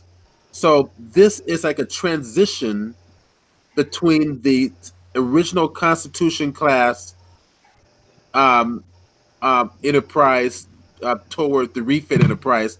So the idea is that you're cutting out the first ring of the original model and then replacing with this. But what I did was I designed it so it was completely hollow, so that you had the potential to put the lights in the bridge inside. Okay. Makes sense, yeah. All right, so it's kind of like thinking about this one is a similar concept, but with the turbo lift. But this is designed for the Constitution class Starship, the 1/350th TOS version. So one fits the refit, the other one fits the Constitution class. But again, I want to design it so it's completely, open, so it gives the user the ability to light it or add a bridge setup up in here. Now, I'll tell you, if you could go ahead and print that in black, you'd have something, because you'd save people a step in light blocking it. You know what? Yeah, I can easily do that, actually. Okay, I'll definitely suggest that. Because if you're, depending on how thin you make that, I'm not going to say you're adding work, but you're not taking away work where you could. Because it's going to be translucent. The person on the inside is going to have to light block that. Right. And black absolutely does light block pretty well. Even if you went with a gray or a silver, something that wasn't translucent. Right. Now this one, this is not translucent. But you put a light behind it, it's going to shine. Oh yeah, it will. For white, white. But the whole model is the same color. Right, but you're taking away, you're giving extra value added to the customer by not having to light block that piece. Yeah. Okay. Yep, I agree. The only thing is, though, if it's black, wouldn't the external painting be more difficult? No. You'd have to prime it. Well, you're going to prime it anyway. Yeah, it's just that you'd need thicker coats, I would have thought, on a black. Yeah. On the white. Yeah. Yeah, that's pretty much what it'd be. But it would make your lighting on your windows stand out better because you wouldn't have to worry about light blocking around each window. Which is what some people have me do. They have me print the stuff in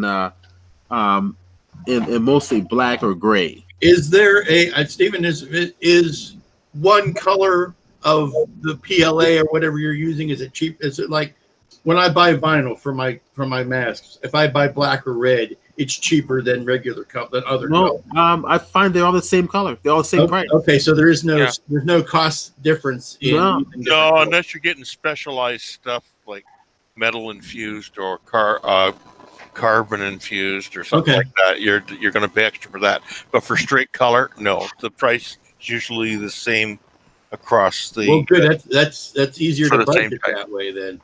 Yeah, because there are paint colors where the reds cost more because of the pigments used and blah blah blah.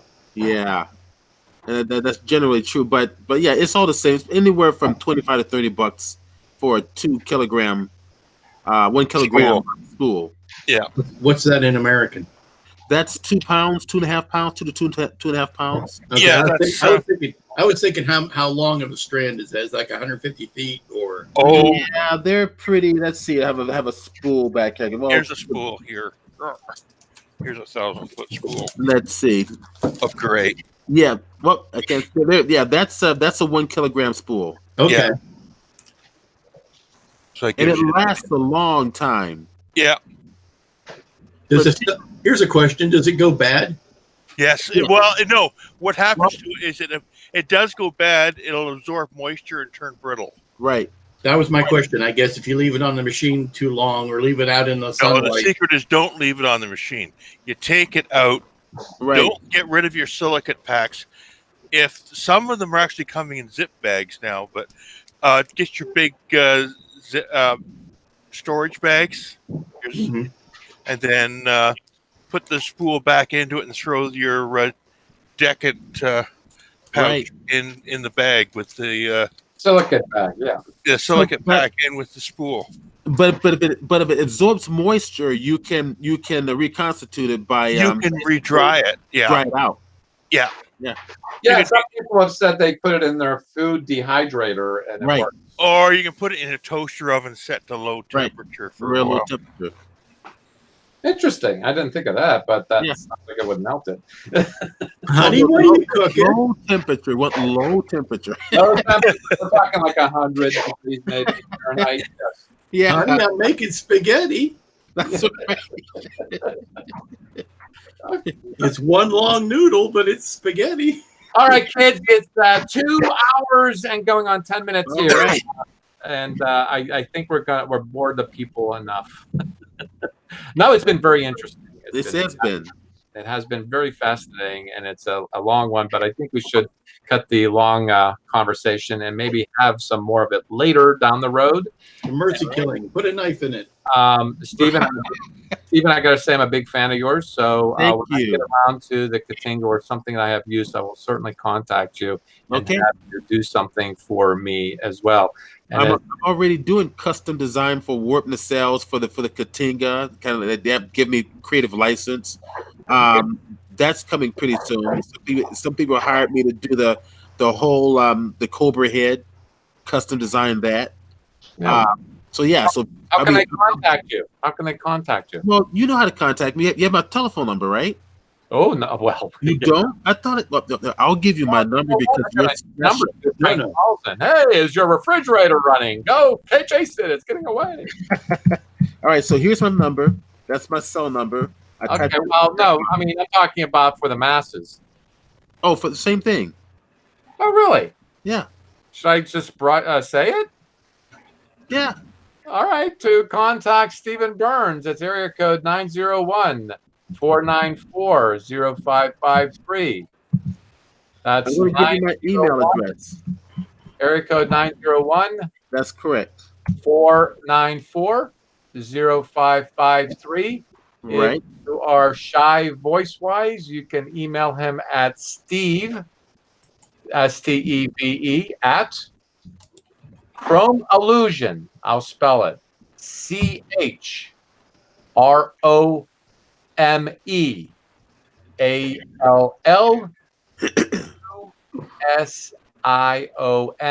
That's ChromeAllusion.com. Hey, Steve, when's the best time not to contact you? And it's You know what? I'm up a lot. I rarely sleep. he's what we affectionately call the left coast. So that would be Washington State. That's exactly right. I'm 3 hours behind you, so if you're sleeping, I'm still up working. That's 8 hours behind us, Jimmy. Yeah. I've also been commissioned to do a full-scale enterprise, so a lot of fun stuff is coming up. So update. I will be speaking at Wonderfest. Yay! Yay! I'll be sure to be the heckler in the back room. Oh, great. It'll be an honor to be heckled by you. Don't go. So I'm working out the presentation demo that I'll be doing, but I will be at Comic Fest to see all you guys. It'll be an honor to see all you guys.